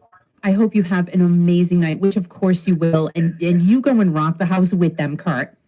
I will, and And the live stream is going to be available for the next 24. So if folks want to see it after, of course, Kiki.fm goes off the air tonight. But, check it out. Where is the link, Kurt? Do you have that available? You can go to the Rise Above. I think there's on either Facebook and or on the web. Okay. And I think there's a link for the Family Center because that's the charity that we're raising money for tonight, and there's a link for it right there. It's $20, well worth it. Nice. Oh, that is awesome. That is awesome. Tell everybody we wish them the best and just go and kick some Nashville ass. We're doing it. Yes. Happy birthday, young lady. Thank you, Kurt. I so appreciate you. I really do. Thank you. Take care. Hey, All right, bye. Kurt, I love you. I love you too, buddy. All right, I can't wait to give you a big hug. Have fun. All right. Have fun. Take care. Bye. All right, bye. You had to hang up with me. You can't Oh do it. my gosh. It like that show is so, oh my God. So thank goodness live music's coming back. But the only Right. thing is I've been so busy and I know. I want to go. Like I cannot wait. I know. I can't I know. Last I'm Thursday, dying. Carolyn on with the Hell's Bells up in Alaska. And they kicked it. They kicked ass. Oh my gosh. God. Like packed the Live house both shows are nights. happening again, which is, oh my God. Arizona this weekend with Alice Cooper. Oh my God. I can't believe Carolyn's going to be there too. Right. Mr. Lou Graham. Lou Graham. John Payne. John Payne and Tommy Thayer. from the Kiss. Kiss. Oh my God. What a epic show that's going to be. It's going to be ridiculous. I think that's pretty much sold out too. I can't believe that Kurt was nice enough to call from Nashville. That was very to wish you a sweet. happy birthday. Like that's ridiculous. That's totally ridiculous. How sweet is that? You know. So you know what else is totally ridiculous? I'm thirsty. Did you have a drink yet? Okay, well have a drink. It's I did. Thursday. It is. So our morning show guy who gives the traffic. Yeah. He calls himself Motoring Mark. Yeah. He's pretty good, isn't he? He's awesome. He's awesome. I mean, the cow joke was ridiculous. I can't. I know. absolutely It's moving along. love. I mean, I want to And know. the Fender one. That was really good. No, too. that was Yeah. that was great. That was epic. He must stay up all hours of the night just thinking this stuff up. You know what? Good. Because we need material. We really do. Yeah. And I do have to apologize to Motoring Mark. We did not get him on this morning We didn't? because you talked for like an hour. Are you serious? You talked from like 7 to almost 8 o'clock with us. I have a lot to say. And I don't want you to talk about eyelashes or something. And I said, Mark, Mark, I'm sorry. And I said, Mark, Play it now. No, wait. So I said, Mark, I said, I'm sorry. He says, oh, it's okay. But, wait a minute. Mark has a report right now. You ready? Here we go. This is Motoring Mark with a rare evening traffic report. Seems to be a caravan of tour buses heading up the highway with thousands, no, millions of Kiki Nation fans heading up to the radio station to wish you, Kiki, a very happy... Oh, that was so cute. I love you, Mark. Thank you. Everybody loves Mark. Everybody loves Mark. That was so cute. All right, I'll give you something. I'll make you a meatball. Okay, bye-bye. Oh, it's so funny. Kurt, you believe he called? Oh, love you, Mark. That was so sweet. Oh my gosh. I cannot wait till we all meet. Oh my gosh. Well, the whole Steve Jerry show, I gotta talk to Roberta and see what's up. See if she wants to make the trip. Maybe we'll wait till he comes closer to here. I mean, like, that's a 9-hour ride. I am bad. I'm telling you, I am bad. And like, I can't, listen, sitting here for 2 hours is hard. It's hard for me to do it, but I'm doing it. But at least I'm busy, I'm talking, I'm doing something. I mean, it would be worth it to go see Steve Cherry. I'm not kidding. But if there was a plane, that would probably be better. Oh my God, Sue, you're so freaking cute. I love you, Susie. I love you, Susie. We're going to talk tomorrow. Yeah, so the live stream event for the Rise Above, Kurt said it's available for 24 hours. It's only $20, and it goes to, I'm sorry, I don't remember what he said the cause is, but it's a great organization. And to come sit, right, Kelly, and see, that would be the bonus right there, is to see you, of course. So I don't know. We'll see if we can make that happen. I know Mark would go. And honestly, if I was pinned down, I would make it happen. If I was pinned down, it would have to happen. Yes, Peter. Steve Augeri is going on tour, actually, and it is on, I believe, Kelly, if I am correct, he did put it on Instagram as well. He put the list of tour dates, and it is on his Facebook page.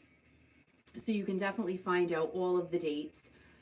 What is there, like 12 now, I think? I don't know if he's adding any more, but he's going out there. So that is, oh my God, I think the first show I go to, I'm going to cry. I'm going to cry my freaking eyes out because I can't wait. And Kurt's in Nashville tonight seeing Dean Castronovo. Like, really? How great is that? Yeah, the day after so that's going to be a party weekend for Miss Kelly. Dean Castronovo is performing tonight with the Rise Above. Saw some of their clips from rehearsals, and these guys are ridiculous. Like, they're so good. And allegedly, the Revolution Saints will be coming out with something. And if any of our Journey Junkies friends are here, can confirm or deny that. I think you guys put it out. So, and Journey Junkies, if you guys don't follow them, please go and follow them because they are freaking awesome. I love them. I love all of my Journey Junkies friends. Yeah, so the Rise Above, Revolution Saints. We've got Alice Cooper and our friends performing this weekend. Tonight, Rise Above. It's crazy, I tell you.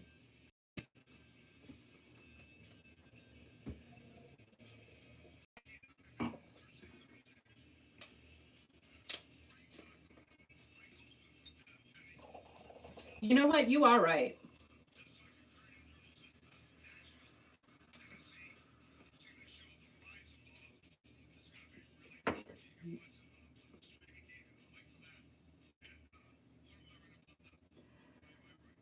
Mike Holtzman's a nice guy. A really nice guy. And talk about nice. Guess who I'm talking to right now? I can't imagine. Your son, and I think he's in Baltimore. You in Baltimore? No way. Are you in I am in Baltimore. What's up, baby? Oh, hi, honey. So our son. I texted you. Did you get it? Son. I just got it. We just landed. So Kicking Christopher, he's our son. He's in Baltimore right now. He's going. When you're supposed to get national about 11:30 midnight tonight. No, before that. Before that, okay. I think. So we just, I don't know if you heard, but well, you probably didn't hear because you're getting out. We just talked to Kurt Andrews in Nashville, Tennessee, and he's in Nashville for a big show tonight. Yeah. What's up, Kurt? Oh my God. So how's your trip so far? I don't know. I'm not there yet. Oh, I'm gonna be. okay. Well, but you're in When Baltimore. I get there, I'm gonna go to bed. How was the first flight, though? It was quick. Good. It was like you weren't even on a plane. But man, I love planes. I haven't been on a plane since we went on vacation. Oh God. That's so fun. Yeah. That's so fun. Our friend Mark lives in Baltimore. That's right. Maybe Mark, our son's in Baltimore right now. Right. Yeah, you should go visit him right he now. does the morning traffic report right here on Kiki.fm. His name is Motoring Mark. Say hi to Motoring Mark. Motoring Mark, what's up, baby? Sorry, Mark. I'm just in a good mood. Everybody, I'm in a good mood right now. You know what? Good for you. Right. I mean, I'm glad you're in a good mood. I'm glad you're going to have a good time. And you've never been to Tennessee before, have you? No. No, it's going to be great. I want to go to Nashville. I know. Oh, Michelle. You will. Michelle said, "Hi, Chris. Happy birthday." That's what he said. Happy birthday. Yeah, so, Happy birthday. so Chris is kind of upset. He was trying to plan to stay home for his mom's birthday, but whatever. I'm just your mother. I'm just going to be dead soon. He's had this vacation planned for a long time. A long time. Actually, he had it planned right when COVID first hit, and then they put it on pause. Yeah. And we're very happy for you and your girlfriend, Kendra, going to Nashville. So you guys going to have a rocking time, aren't you? Yeah. Mom, I just wanted to wish you happy birthday. I love you. I'm in the bathroom right now. Okay. All right. We'll let you go. I got to get going. Okay. All right. All right, Al, let me say goodbye. All right, go. Shut up. Chris, I love you. I love you. Thank you for calling. I'll call you when we get there. All right, I'll call honey. you when I get settled, all right? All right, love you, babe. I love you. Happy birthday. All right, You. miss you, honey. Have a safe trip. Bye. Was that nice? Oh my I love that kid. Incredible. I love him. Michelle's like, oh, he's so freaking cute. Like, it's not cute. Yeah, but Nick would do that for you too, Michelle, for sure. Like, he loves his mama. He does. Nick loves his mama. Michelle's son. Where are you? Hello? Yeah, I'm right Are here. you answering me? Like, I have somebody to talk to? I'm doing technical stuff. You know how it is when I do technical stuff. And you always tell me to not talk about technical stuff. However, Right. he talks about technical stuff all the time. Right, but every time like you don't hear yourself through the headphones properly, Right. You like scream at me and I don't scream at you. You don't? Like I was saying before we even went on the air tonight, I was Right. saying to whoever was in the room, Right. I said, you know what? I can't remember the last time we fought. Right. Right? We don't argue. Like we don't. We never fight. But we I always just pick on you. But you're Italian and you yell a lot, which is normal, right? Because when I met you, your family yelled all the time, right? Yeah, it's all right. Listen. So Al yeah. will say to me all the time, "Can Right. you stop yelling?" And I'm like, Right. "I'm just talking. Right. I'm just talking. So I'm not yelling." It's kind of like a birthday celebration tonight, which is great, you know. And we I was just talking. Am I interrupting you? You said it's whatever. But what I It's don't know fine. what the hell I'm It's saying. all good. It's all I've good. been up since 4:30 this morning. I know. I was up since 5. Really? It's crazy. I mean, we got, I love it. We got so much going on. So much going on. It's and, good stuff. And so many people, and it just, it's crazy. Mm-hmm. So, what are you drinking now? What do you think I'm drinking? What do you think you're drinking? My Prosecco. You like Prosecco, I don't you? love Prosecco. How long? But only once a week. Thursday. Right. Well, and I did. I said it on the air. I had some Sunday. I had a glass Sunday when I made my balls.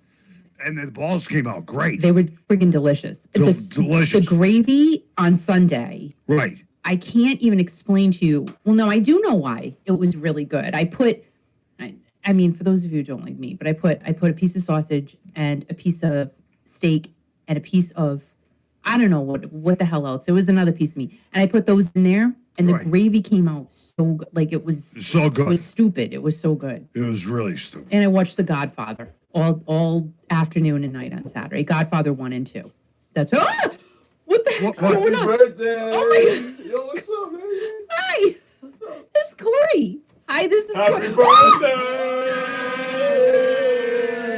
birthday! What the hell's going on right now? I'm not in Wait a minute. You were in Nashville. Wait, what? You're just in Baltimore. I'm still in Nashville. Wait a minute. What? Happy So, birthday! What is happening right now? so Chris, if you can hear me, or Wait a minute, you were supposed to go to Nashville tonight. somebody go to the Yeah, wireless microphone. You can was. talk into the wireless But microphone I'm there. not. People really can't hear you. I don't know what's happening right now. Wait a But minute. my- Here, Dad said to do that. But my boys, I surprised their mom right now. Wait a minute. I'm so confused right now. Chris has been telling you're supposed to be our in son Nashville. has been telling everybody he's been going to Nashville, but we had it wrong. And I says, okay, let's play a little joke of mom. And we're very terrible liars here. And they, No, you're not. Because what did I say to you tonight before I went on the air? What did I say to you, Corey? I was like, I don't know. What? I think he's going to Nashville, but I can't confirm nor I can't hear deny. him. No, give Corey the microphone. No. No, what did your mother tell you? I told Corey to tell Chris that he loves him Right. because he's getting on a plane. I Right. said, tell him you love him. And Corey goes, well, you didn't call me. He doesn't love me. Hey, Chris, talk up a little bit louder. You sound this good. is so cute. Hi, Chris. Oh my God. Can Oh, you- Nick Ice and Keith all say happy birthday. That's so Check. cute. Check. Thank you, Piper. Chris, you should have your own radio Come here. show. Everybody come here. So- Corey, come here. so Show Chris- your cute little mug. So Chris is actually going to Nashville next Thursday. Oh my God. Next Thursday. He's going next Thursday, not this Thursday. So mom had it all messed up. Nobody did it except for you. That's fine. Nobody did? Yeah, but Kendra was saying it last night I too. know. Because I, it was joke. She's so not a liar though. Like she No. doesn't do No, that. she's not, but we told her to, so. Oh my Kendra! Oh, Kendra I'm is just kidding. not a liar. no, She's not. No. Like she told Rhonda, thank you. No, and Rhonda. and- Hi, Rhonda. I'm not in Nashville, if you can see this. but I was gonna tell you to Oh go my say God. hi to Kurt. Yeah. Huh? I was gonna send you to Kurt Andrews. But Kurt I Andrews. called Yeah, because Kendra. he's in Kurt, Nashville. you'll have to catch me next time. Sorry. But I said Oh that my God, I this said is to Kendra fun. yesterday. He says, he said, oh, I'll do it. She did a great job, last night, and so You look beautiful today. thank you, Thank and you, look Chris. beautiful every day. thank you. Oh, He's so cute. Isn't he I cute? guess this is where I get my good looks from. You pain in the ass. Oh my God. I can't. I just can't. See the roses? Who got me the roses? Chris did? I did it all. Special appearance. Chris did it? I did it. No, so Allie, you said I'm so confused tonight. What is happening right now? I gotta take my How come pants you're off. not in Baltimore? I gotta take my pants off. I wasn't in Baltimore. I was in the driveway. Obviously. I was Are in you the kidding driveway, me? Yeah. Is Kendra here too? No. Oh, okay. No. All right. She's at home packing. It's for all next right. week. It's all right. Oh my God. She's at home packing for this. tomorrow. And Oh, whatever. hi. Happy birthday! All right. Thank you. All right. Celebrate later. All right, we will. All right, we're gonna You should celebrate in order a few minutes. pizza. Order pizza? Yeah. You want to order Guys, I'm pizza? ordering a pizza. If somebody wants to send a pizza over to an address, send it No, now. don't get the address. Kiki Donovan. So I'm gonna play a song here. Then we're gonna talk to a few more people. Corey, you know what my Happy birthday! Kiki! Debbie in the house. I have no idea what's happening right now. Kendra said she feels so bad for lying, but she was forced to. They're leaving Wednesday morning at 6 a.m. You know what? This is a great surprise. Oh my God. That is insane! And they left. Oh my God. This is so fun. What lie? They're good liars. See, I can't lie at all. I am the worst liar on the planet. Oh my God. Oh, Mark, thank you for wishing me a happy 29th birthday. Wayne, you know what? I don't wish I was all right. When I was 21, Michelle, let's go back for a minute here. So when I was 21, I had just met Al. Right. I know. Right. So yeah, 21 was pretty good, I have to say. Mary, thank you. Kendra, you're so funny. They're leaving next week. I can't even believe it. I can't, what a ding dong. I literally thought they were on a plane right now, and I'm like, oh my gosh, Corey, call your brother and tell him you love him. He's like, no, because he didn't call me. I'm like, oh, for God's sakes, he's getting on a plane, give him a call. Tell him you love him. And he's at my house. I'm so excited. I mean, there is nothing better than having, and my daughter is living in South Carolina now, so if she walks in, I'll have a heart attack. She's not going to, because she's working and she's busy. This is the best night ever. I talked to Mike Holtzman about the Beatles and Bad Penny and Steve O'Jerry, and my son Christopher lied and said he was in Baltimore, and then totally try to hook him up with Kurt tomorrow morning. And Corey came in to the studio, which he never does. This is so fun. Mary, I'm still here.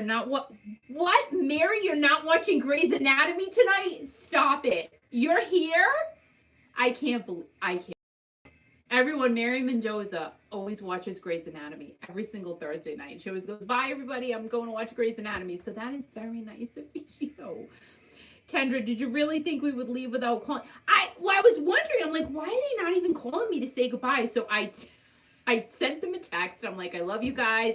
Because I thought they were on the plane. Quincy! Corey's beard looks massive on YouTube. Really? It is pretty big though. So Corey, every single night, he puts this stuff in it. And it smells like Real Housewives of New Jersey. Oh my God, it was good last night. I'm addicted. Even if it's not real, I don't even care. I love it. But yeah, so Corey puts his stuff in his beard every night, and sometimes it smells like there's a new car around, but it's not. It's just his beard wax. And sometimes it smells kind of funky. Come on. Oh my God, this is so fun. It was good. See, Peter, we talk about the Real Housewives of New Jersey. And Teresa finally admitted she has a boyfriend. Finally, even though we knew anyway.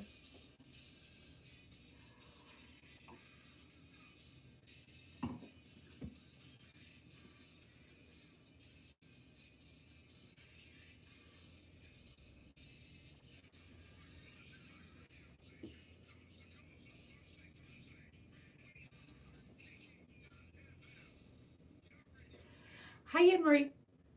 You know what? Not for Anne-Marie. Hi, Anne-Marie. Oh, So, you know what's great? What's that? As a mom, Yes. that is like my whole life right there. And I just if Kat walked in, I would literally have a heart attack right now. But I know she's not going to. No, she's not But I missed her. No, she's a great I miss girl. her. She's down in South Carolina. Yeah. I tried to get her up for the show, and she says she couldn't. I says, I'll pay for your plane ticket. She says, no, you won't. I'm not coming. So that's fine. So Just my mother. But Just my old mother. But you know who else loves you? Who? This girl right here. Hi. Hello. Where's she at? Hello, you there? She's not there. I don't know. Did she hang up on me? You set it up, man. What the heck? Hello? She hung up on me. No, she's right there. I hear. No, hang on. I hear someone breathing. Talk to somebody. Talk to for a minute. Talk to somebody. Yeah. So, Anne Marie, hi. It's nice to have you on board tonight. Thank you so much for joining the flight of Kiki.fm and Real Housewives of New Jersey last night. If any of you watched it, Teresa finally came out and said she had a boyfriend. So that was amazing. And who's not in love with Margaret Josephs? I love her. I would love to talk to her. She's got a book coming out, or is it out? I don't know. She talks all about business and her earlier life. And she was crying with her mom, who I think her mom is so cute. Right. And I just love her. You know what else is cute is this lady here. Say hi, beautiful. Hey, Kiki. Oh, my God. Who? Who is it? You just got the second best gift next to your daughter and from the South. Rhonda? It's Little Rock Wednesday. How are you? Birthday, How are you? I am feeling much better. Good. Doing wonderful. Nice. We knew that your birthday was coming up, and I just wanted to call in and wish you a very, very blessed and happy birthday. Oh, Rhonda, you're so sweet. You've been through so much, and you're calling me. Like, I should be calling you. No, you and Al have given so much to all of your listeners this past year and a half. And y'all are always doing stuff for us. And now it's our turn to give back. Oh. And we love you. You have changed all of our lives for the better. We can't even listen to this music where we live anymore. I mean, we have to listen to your station, and I mean, I just love it. You changed my life, Rhonda. And, oh my God. Wow. And I'm so grateful. I'm so grateful that you and Al put Kiki.fm on the air. I have had some bad days the last couple of months in surgery, and everybody knows I've been through several neck surgeries, and but I'm starting to feel a lot better, and we wanted to surprise you. So happy birthday, Kiki! Thank you so much. I had the opportunity. Thank you. I had the opportunity to talk to Rhonda yesterday morning, and she says, "Al, you gotta keep doing mornings." And I says, "I need a lot of sleep." She says, I get up at like 3 to listen to you because it's like an hour behind us here. This poor girl gets up like 3 or 4 o'clock in the morning to listen to me. I don't know. Like, why? I don't know why. And Kiki says all the time I have nothing to say. But, she listens to me. Nostalgia. I told Al, I said, we're going back to when, we were in junior high and high school. I said, I woke up, the old clock radios we used to could own back 40 years ago. And I'd wake up to the rock radio station and then, get ready for school while that music was playing, and then head out to the car and crank up the car, with the same music. And I feel like I've been brought back to my teenage years. How good is that? I mean, that's awesome. How good is I mean, I am making you feel like a teenager again. Wow, girl, that is great. Absolutely. And you know what? That's what I totally think, Rhonda, too. Like, every time we go on the air, or even when I hear a song that we play, it just brings me right back. And that's what I think. It just makes us happy. I mean, it's like, the reality sets in of, okay, Rhonda, you know what age you really are, but when I listen to Al in the morning, I mean, it just takes me straight back to being 15 years old. And I told Caleb, I said, I wake up for every morning. It just, I love it. It's wonderful, and it makes me feel young again. Oh, that is awesome. See, Al, you can't quit now. Roger, I love you. I said Al can't quit now. No, but Roger, I love you. I want to give you a kiss and a hug. Really? Yeah, you just did. You just did. Oh. Really? Through the radio. Oh my God. That Through is the so radio, sweet. I'm giving you. guys are great. Roger, it's not the same thing. I'm telling you. I mean, you can visualize all you want, but I gotta give you a kiss and a hug. I gotta come to Little Rock, right? Yes, you've been invited. Y'all have been invited. So that's great. Whenever you're ready, y'all make a trip. We'd love to. So when we come, can we stay in your house? Oh my God. Absolutely. Al, Hey, if you're gonna stay at Robert Fleischman's house, you got to stay at Yeah, if Robert's gonna run away, he's gonna be like, "Oh my gosh, Kiki and Al are here. I gotta go. I'm in Switzerland right now. I can't." But again, I'll share some information with you. I probably shouldn't be sharing. But Robert Fleischman listens to me every morning too. I'm serious. Well, that's great. That's great. I mean, you're taking both of us back to That's right. when things were great, you know? Right. Yes, Absolutely. absolutely. Isn't it amazing that we get older, but our minds are still 15, 16 years old? That's called Alzheimer's. What? Just saying. Old-timers. Oh my God. Rhonda, we love you. We thank you Oh, for we love you everything so you much. do. We thank you for your support of Yes. Kiki.fm. Oh my gosh. And the support of so many listeners throughout the country and worldwide. It's because of people like you, Rhonda, that makes me get up in the morning. That's right. Well, I love it, and you guys rock. Keep rocking. Rhonda, thank you. Love you so much. Thank you. Oh, love you, Rhonda. Thank you. After all that she's been through, and she called, oh my gosh, that is so sweet. I know, right? Rhonda's accent is amazing, and she's so awesome. Hold on. Oh my God. Now my boys are sending me pictures of the dog. Like, why? Oh, Kelly. I'm going to show that picture of Steve or Jerry. Let's do this. Hold on. I have to find it. Give me a moment, please. All right, here it is. Now. All right, this picture. It's the first one right up here. Oh my God. Like, I can't. Like, this picture is ridiculous. Can you guys see that? Can you guys see that picture of Steve or Jerry? Is that not... All right, I'll cover my big face. Like, is that not the best picture on the planet? Steve or Jerry, can you go find that? Go follow him if you have not followed him already. Right, Anne-Marie? Thank you. I'm just going to keep that there. Oh, that's...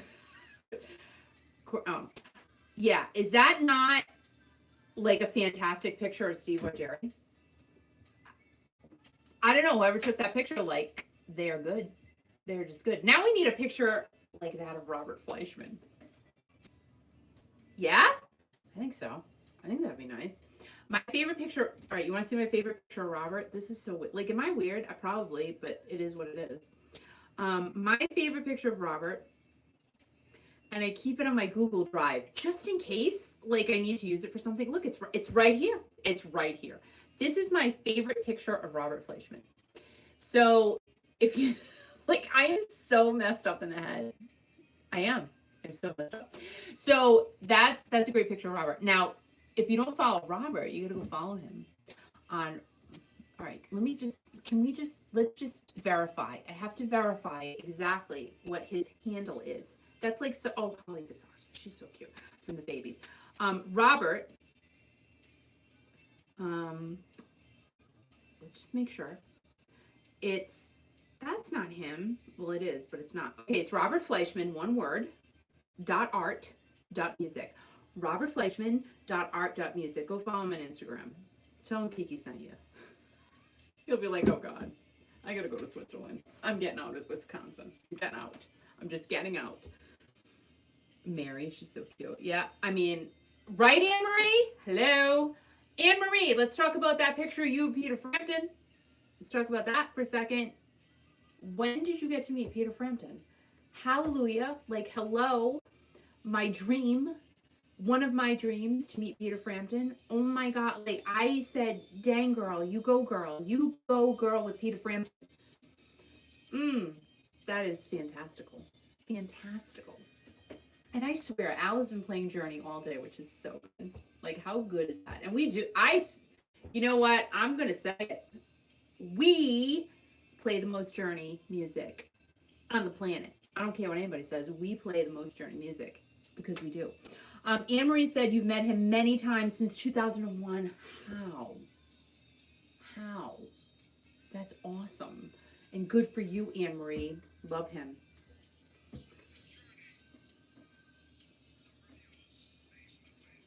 Whoa, nothing knows between love and you. I do. I sing all the time. Who was I singing to today? Let's talk about Yes.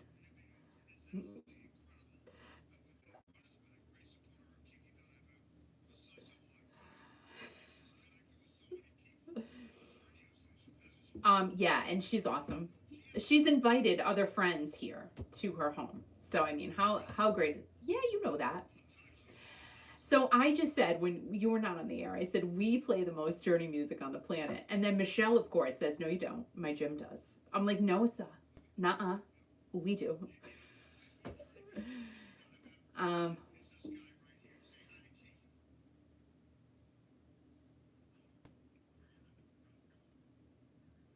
Gary Stuckey! Gary, how the hell are you?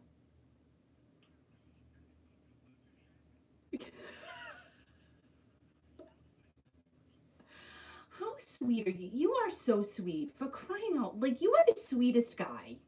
No, you are. Everybody, Gary Stuckey, like, is just the sweetest person ever.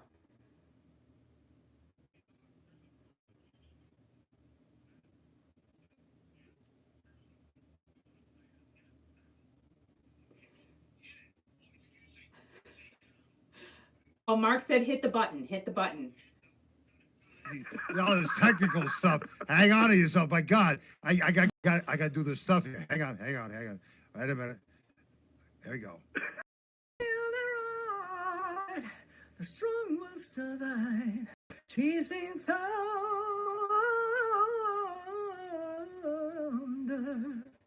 Happy birthday.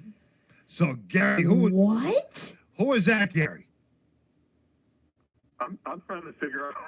I'm trying to remember who's who or who did what. I might have to go back and look at it again. Yeah, but that was a singer who sent that out to you, Kiki. And Gary did some stuff here, and it's all because of Rhonda. And let me see if I can pull this up here. Hang on. Oh, we got problems with this thing here. Oh my God. You have problems. No, because we have a big show here, and we planned this, but they sent the wrong files here. Hang on for a second. This is called Radio at its Best. Hang on. Let's see. Wait a minute. Well, that was awesome. No, it's the same guy. It's a girl. Well, it was a girl. No, it's not a girl. It's a guy. It's a guy. Gary, you got to wait a minute, Gary. You got to. I think that was that Ricardo. I think he just played Ricardo. Yeah. That was Ricardo. Ricardo Curzi. Yeah. Right. He's saying happy birthday to you. What? Yeah. Yeah. Yes. How? Well, he did it on a little thing there, and it's really, really good. But again, Gary sent me some other stuff here, but it's not coming up for some reason, Gary. It's okay, Gary. We'll figure it out. Wait, that's Ricardo. Yeah, we'll figure it out. It's all good. Well, Gary, send them to me again, okay? Send them. Yeah, I'll send them to you again. Send them to me again. I'll resend them. Because this is what you call live radio. Live radio at its finest. Live radio It never fails. It never fails. We have this big production we've been planning for like weeks. And Rhonda, Gary, send it to me again. Let me get out to the phone with you right now. Oh, my God. Send it to me again. And let me play a song. Can you listen?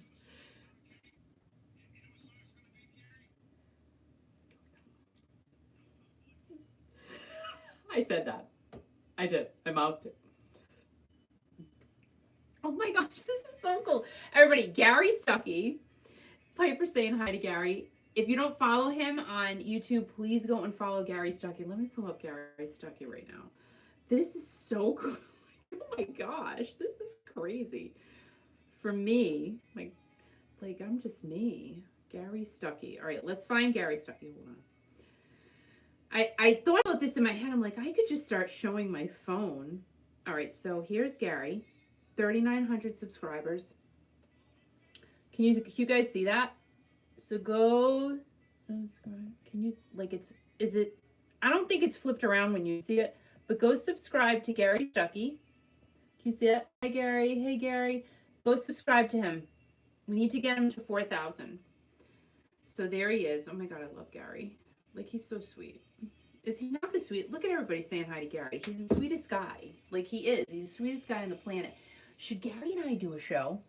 Like a Zoom show? I think we should. I really do. I've been thinking about it. I just don't know how to do it. Like, we'll figure it out. But I think we should. He doesn't know anything about it yet. But I've been thinking about it. There's so much going on. Like, he has so much going on. There's so much going on in life. Right? But I think it'd be fun. I do. I think it'd be fun. And we're hanging out with groupies. Oh. So, Anne-Marie's talking about Peter. I don't know. Even I am not a groupie at work for me. Right? Anything Journey. But Michelle says they play more Journey in the gym. I don't think so. I think Kiki down at them plays on a Journey. My hair is like, it's so long, and I almost wore it tonight like a kind of a hippie, like that. But then it looked like, Peter Baker, if you're still here, I felt like I look like, oh my gosh, what's her face on the Real Housewives in New Jersey? Because she had a braid on her, like this one of the people on the Real Housewives in New Jersey, she put a braid around her head. It just like sat like a hair extension, and it didn't look very good. So I did that to my hair tonight, and I'm like, I feel like I look like her, so I didn't want to do it because it didn't look right. And it didn't look like it was my real hair, but it is my real hair. You're like Kate Hudson in Almost Famous era Band-Aid. Oh my God, you're funny. Remember Band-Aid? Remember that? And We Are the World. Oh, who did not love that song? Michelle, you know you love that song. I still love that song. Every time I hear it, it's like the beginning. The horns. I loved it. I loved it. I feel like my bottom lip, like there's something wrong with it. I don't think there's something, like it's kind of swollen, and it's been like that for a while. But I didn't do anything to it. But it's good because I don't have to get any lip injections or anything. Because my bottom lip is much bigger than my top lip. Actually, I should put some lip gloss on. Al's making me go on the radio, but I should put some lip gloss on because I need to. My eyelashes look good tonight. I got them on pretty good. It only took me 2 tries. Even though sometimes it takes me 3. So I was kind of happy that it only took me 2. My boys are ordering pizza right now. Just letting you know. Thanks, Michelle. Michelle said my lashes are on point. So what I've been doing is buying new lashes every week. So they're only $8, right? But I got really good magnetic eyeliner. I paid up for that. Like that I paid out of pocket for. So. Well, I didn't steal the eyeliner. Like I paid for everything. I didn't steal anything. So somebody wants to wish you a happy birthday. Say hi to this beautiful woman. Say hello. Hi, beautiful woman. Hi, you beautiful woman. Hi. Hello. Oh my God, hi. This is Roberta. Retired rockin' radio Roberta. I love you so much. Hi, honey. Happy birthday. Oh, thank you, Roberta. You're so sweet. Oh, well, that's okay. You're sweet. No, you're sweeter. You're sweet. You're sweeter. All right, listen. All right, let's get down and talk about this. Right? Wait. No, wait a minute. No, I have to talk to her about something. Wait, before you talk to her, okay? Roberta is so nice. She's a great person. She is. We love her. And her husband, Alex, is Alex, I haven't seen Alex for a long time, but he's starting to look like a hippie. He really is. No, he's not. He's getting long hair, everything else. So Roberta wanted to be Happy birthday to you. Did Roberta make that? Happy birthday to you. Say, Roberta. Happy birthday, dear Kiki. Happy birthday to you. So show the radio listening audience. gosh. Roberta, tell Kiki Smash what her you face. made for her. Smash her face. Well, since you love Prosecco, I made you Prosecco cupcake. Oh my. And there's strawberry buttercream on top. Oh my God. No, I eat it Smell first. Smell it. It smells amazing. Oh my gosh, Yeah, she did her face. they're trying to, but they're not going to. Just a little bit. No, they're not going to smash me just a little bit. No. So oh my Ro- God, that's so Ro- good. So That is Roberta so is sweet. so talented. She went to Can you not? She went to the trouble of making this beautiful cake. Tell the boys to come back to my studio. Dad said to go back now, or else he's going to beat you. Hey, go get That the is pizza. beautiful. Good Roberta, job. thank you so much. I gotta go get the pizza. Do you have to, So Roberta, do you have a fork? we'll get Do the you have a fork in a fork? second. Give me a fork. Okay, hang on. So Roberta spent hours making this cake. That is cake and now you want a So fork. That is beautiful. I reached out to Roberta and I talked Thanks, earlier guys. today. Okay. They leaving now? Good. Yeah, they go. So Roberta and I talked earlier today, and she wanted to come over tonight, but I says I'll go over to your house, right? So, She could have come in the studio. We got to do a show together. but I know that, but when I went to see her this morning, she was drinking already this morning. Oh, stop. She had a glass of prosecco on a kitchen counter. Good for her. Yes, I was. You go, girl. And you'll find out why. Oh, give me a fork.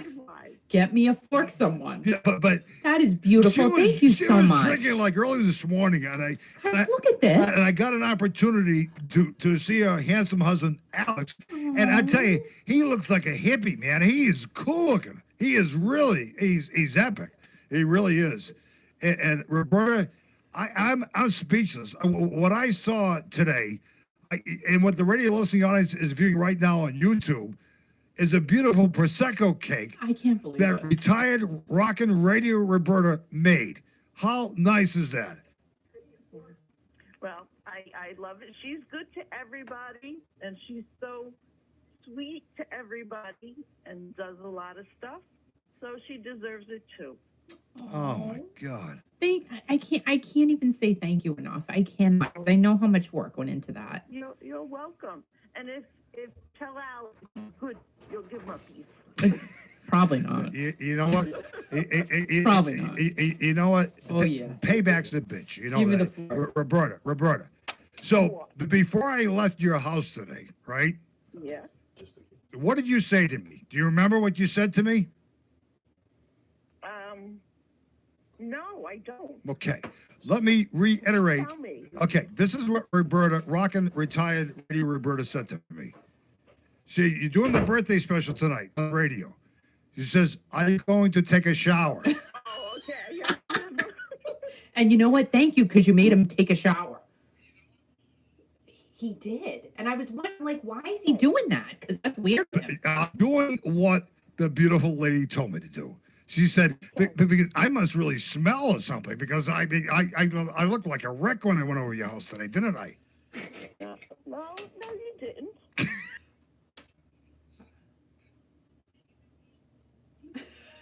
He has pants on now, thank God.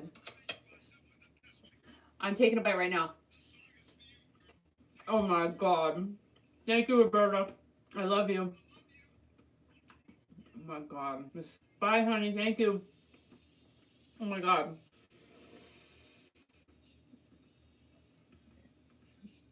Mr. Steve O'Jerry's on right now. Oh my God. How you guys doing? How you guys doing? Hug your kids. If it's too loud for the kids, turn it down for the kids. Oh my God. Oh my God. It's so good.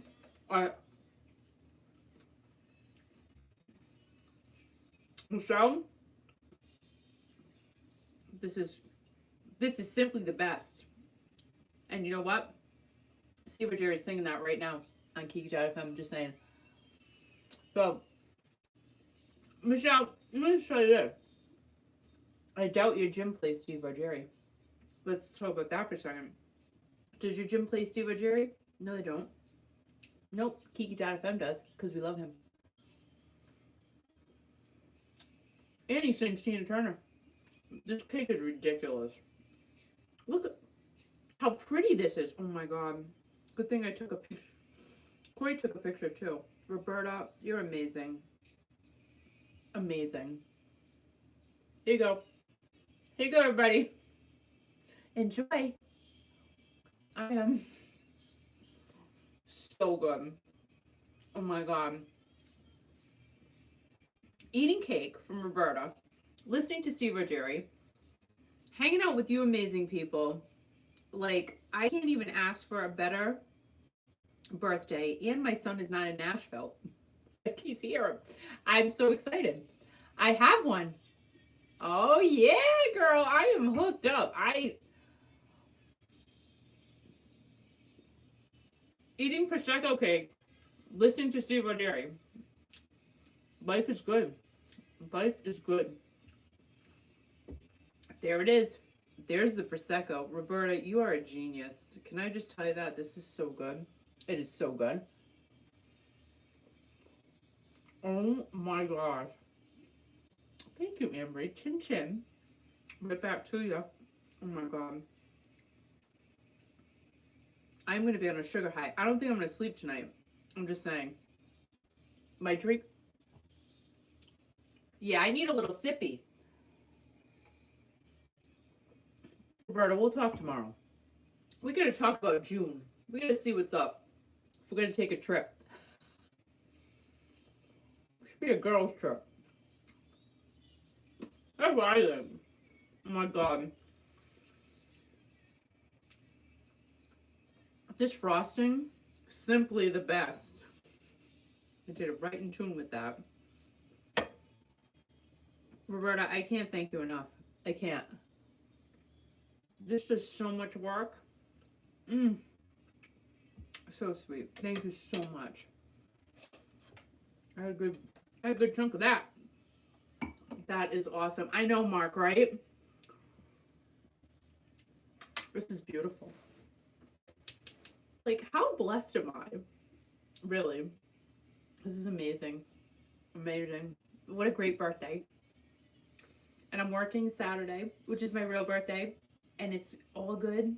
It's a good thing. It's such a good thing. I am beyond blessed. I can't even tell you. I'm a lucky lady. This is a great night. Yay! Don't let go!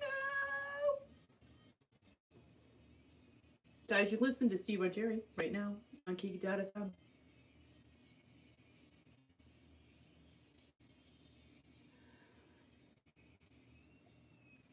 Hey, did you guys watch the Tina Turner documentary? I even forget if we talked about it. It was really good. I mean, sad, but really, really good. I mean, can't get enough of Tina. Thank you, Roberta. You're a sweetheart. Absolutely. April is a good month. I will tell you, my brother just had his birthday last week. Hopefully I get to see him very soon. Again, life is crazy. Crazy, crazy. Wow. I did not. Diamond is the birthstone of April, I know. And I have my diamond that I actually picked my diamond out with Al before we got engaged. He took me to Barkmakian Brothers in Boston. I'm telling the story while Steve Jerry is singing, which is so funny. And I picked out my stone, and that was that. He goes, I want you to get something that you like. So it was fun. It was great. This frosting, I can't. Like, I can't stop eating it. And that's bad, but not really. My birthday. I can eat if I want to. Oh my god, and their center. Oh my god. The frosting is crazy.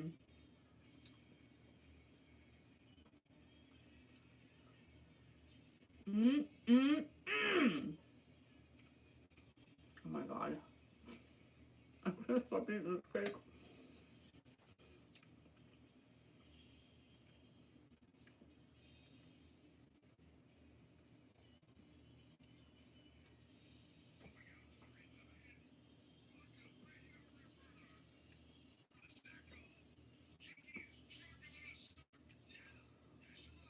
No, Steve or Jerry, I am not. I am not. But I'm eating Prosecco cake, listening to Steve or Jerry, talking to my friends. Right. Like, how life is this? And talking to Gary Stuckey. Gary, are you there? Did you fall asleep again? Yeah, I was asleep. I woke back up just for you, Kiki. I just wanted to say. Well, thank you, Gary. I appreciate you waking up for me. You know, Gary and I had such a nice talk yesterday. We talked for like an hour. We're like two old radio fools. I mean, Gary's such a great guy. But him and I on a radio program we do great. What are we doing? You know what? And all right. Before the break, I said Gary and I should do like a Zoom thing, like a Zoom show. And I've said it before. I don't know how to do it. No, we should. No. All right, then you and him do something. So do something. No, I can do something. Something with the guy. I'm not going to do something with He's the guy. good. No, you can do something with the guy. What do you think I'm going to do with the guy? I want to do something. I'm sure you do want to do something. Yeah, everybody wants to do something with Gary Stuckey. I mean, you have such a great fan base out there, Gary Stuckey. I know. You? I mean, God. Everybody loves you, Gary. All these girls love you, Gary. That's true. Gary, do you get... We're the hot. I'm kidding. I'm just kidding. Oh, stop, man. You're the charmer. Oh, my God. You're the charmer of the town, aren't you? Call me after the show. I'm just kidding. He's calling from his basement again. He's walking around in his yard. Will you stay still? I can hardly hear you. We talked about this before you went on the radio. Put your hand way up in the air, Gary. See if you get a better connection. Gary, you there? Okay. Yeah, I'm trying to find the right spot. Hold a coat hanger, Gary. Okay, here we go. Well, you know what, Gary? Are you single? I think, yes, I'm single. Ladies in the house, yeah. Gary Stuckey's single. We got to have a dating show. That's what we're going to do. That's great. Well, it's Jennifer Carter's. You're not gonna get a lady with that kind of connection. I'm telling you, you gotta be compressed, Gary. I gotta get a better connection with you. You know, we had the dating game of Gary Stuckey. Be great. So Gary was nice enough. He's been up all night long. Okay, Kiki, Rhonda, and a bunch of people want to say happy birthday. Are you ready, Gary? Yes. Okay. You want me to hit it? You want me to hit it? Okay, we're going to try this again. This is live radio at its best. Mark is laughing his ass off right now. Hey, here we go. Don't stop believing. Mendoza. Hold on to that feeling, sweet light. Wearing a Steve Perry shirt. We're going to be posting this on Kiki Down FM. Happy birthday, Kiki. Many more to come. Love you. Peace. Bye. Oh, my God. That was so freaking cute. Now there's some other ones there too, right, Gary? There's another one.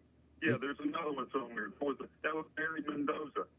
Okay. Love you, Mary. Thank you. There's a lot of other ones here too, but they're not coming up for some reason, Gary. I saw them earlier, but for some reason, not coming up. Let me see if this is so freaking sweet. I mean, it's beautiful. Let me see if these others come up. If they don't, then we'll post it. No, it's a guy that's singing. That guy is the lead singer of the Journey tribute band. No, sir. Yes, yes, he's the lead singer of the Journey tribute band. Dude, how'd you do that? Well, Gary's got connections. Gary has got Gary's got connections. And he knows things too. He knows a lot. No matter what he says, no matter what he tells you, he knows stuff. Right. So there's a lot more people who wish you a happy birthday, but for some reason, Gary, it's not coming up. I'm going through all my things you sent me here, and we'll post it later on so everybody can see it. Because your birthday's not actually till Saturday. But we'll put it up on the Kiki.fm site so everybody can see it. But so many people have reached out to you, Kiki, to wish you a happy birthday, and it's because they feel you do a lot for the music community, and Gary just wants to be on the radio with me. Well, good. He should be. He should be. We love Gary. I know it. But Gary, thank you very much from the bottom of your heart. Sorry, technically it's not working out better, but you know what? It's okay because it's live radio, and it's something to look forward to early in the morning, right? There you go. Yeah.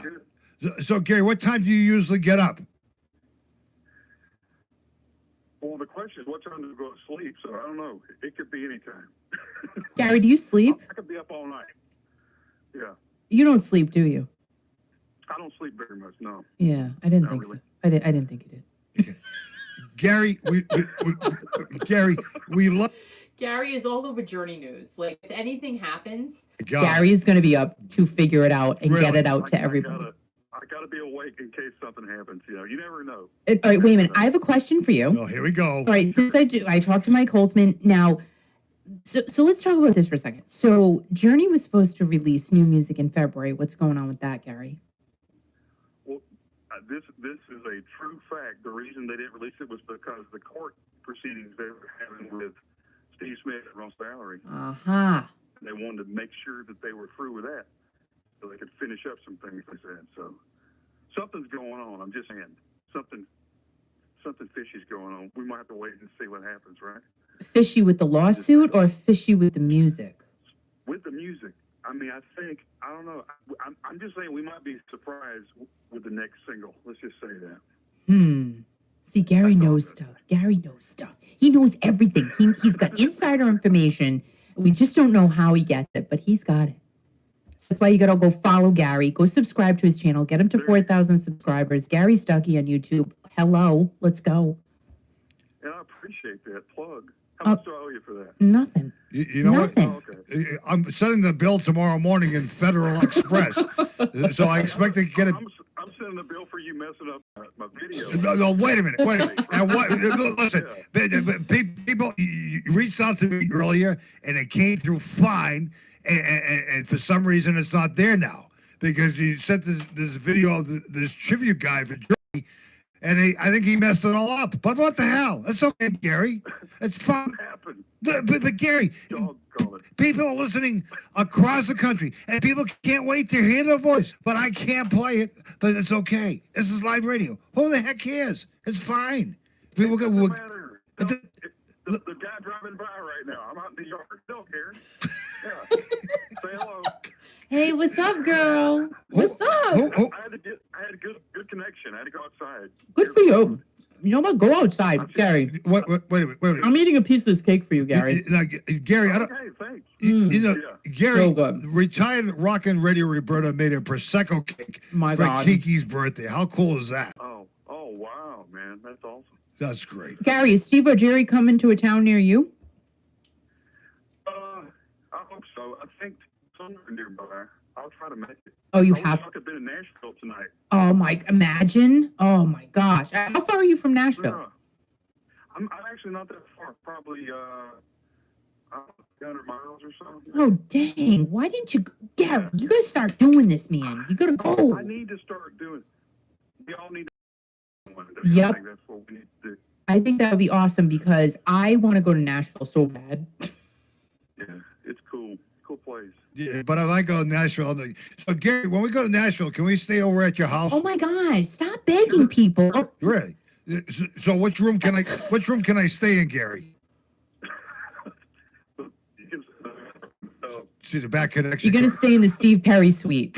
No, Gary, can I ask you a personal question? Oh God, Gary, don't let him do it, Gary. Do you have any pictures of Steve Perry on your walls? Yeah. What did he say? Oh, he's breaking up. I didn't hear what he said. I don't think you could. Yeah, say it one more time, Al. He said. I said, do you have any Steve Perry pictures on your wall? No. I have some Debbie Gibbs pictures on his channel. You do not. Do you really? You have Debbie Gibson on your wall, Gary? He kills me.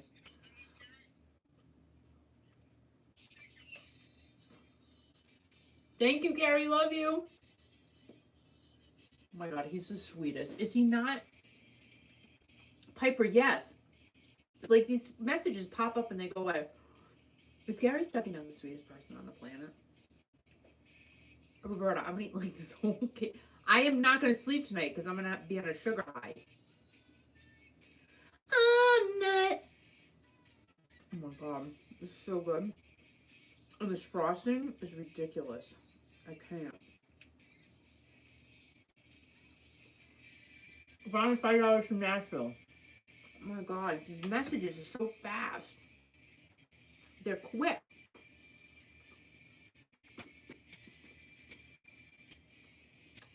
I want to go to Nashville. Right, Anne-Marie? I'm telling you. My son's going next week. I thought he was there. I thought he was going tonight, but apparently not. Nashville. I think Nashville is the new LA. For real. Because everybody's living in Nashville. Right? Let's get on the... I didn't even know I had a bus, but I can get one. We'll get a Kiki bus. And we should have Michelle come. Because you know why? Here's why. We'll use Michelle as our decoy. And Michelle, if you're still here, it's true and you know it. You know it. So Michelle will be the decoy. She will get the attention of all of the artists because they talk to her. And then, so we get Michelle to bring them on, and then we surround them, and then we just go in. We say, hi, how are you? Oh my gosh. And then Michelle slinks off because she doesn't care. Like, she really doesn't. She doesn't care. But she'll wrangle them in. Take the drone. Vegas. Oh my God. All right. Vegas is obviously like the epicenter of entertainment. But I think Nashville is definitely where music is happening. I don't think it's LA anymore. I think it's Nashville. It's my own personal opinion. And everybody's moving out of California and going to Texas or Nashville. Let's talk about that for a second. And Rhode Island. I mean, like, the real estate market here is really, really good. Just saying. Just figured I'd point that out. That's the way you need it, any way you want it. Any way you want it, that's the way you need it, any way you want it. Oh, I'm getting like messy now. Any way you want it, that's the way you need it, any way you want it. Any way you want it, that's the way you need it, any way you... It was like, this was so fun. So, what? Oh my God. Oh, come on.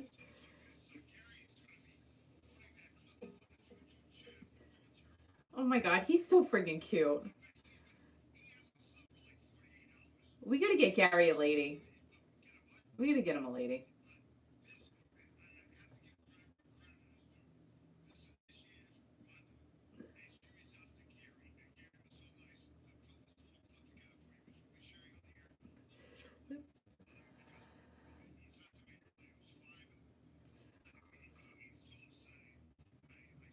It's all good, Gary. We love you, man.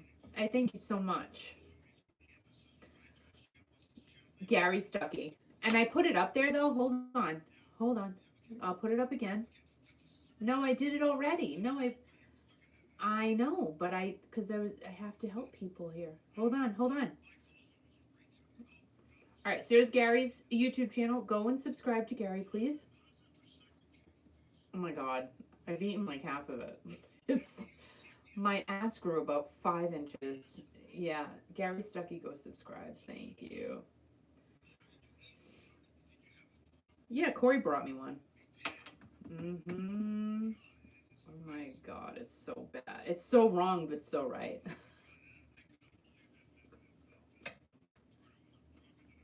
Oh, stop it.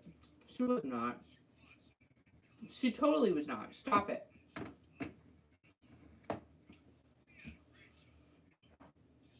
Because she thinks you're weird. That's... No, she doesn't. She never said that. I said that for her. Where are you going?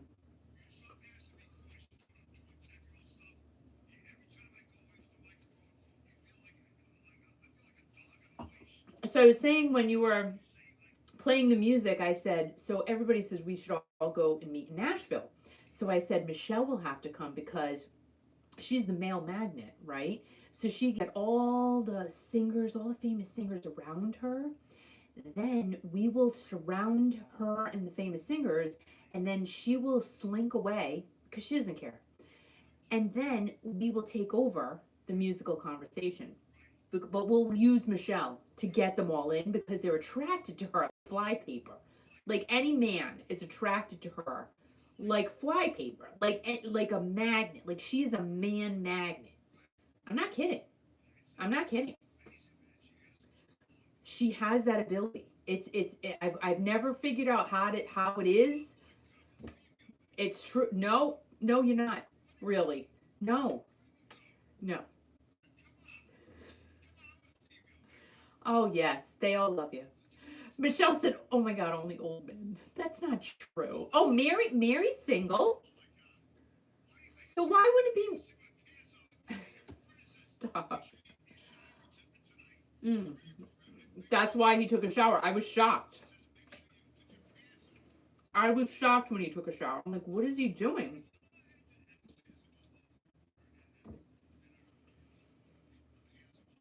What? That's so cute. I love that.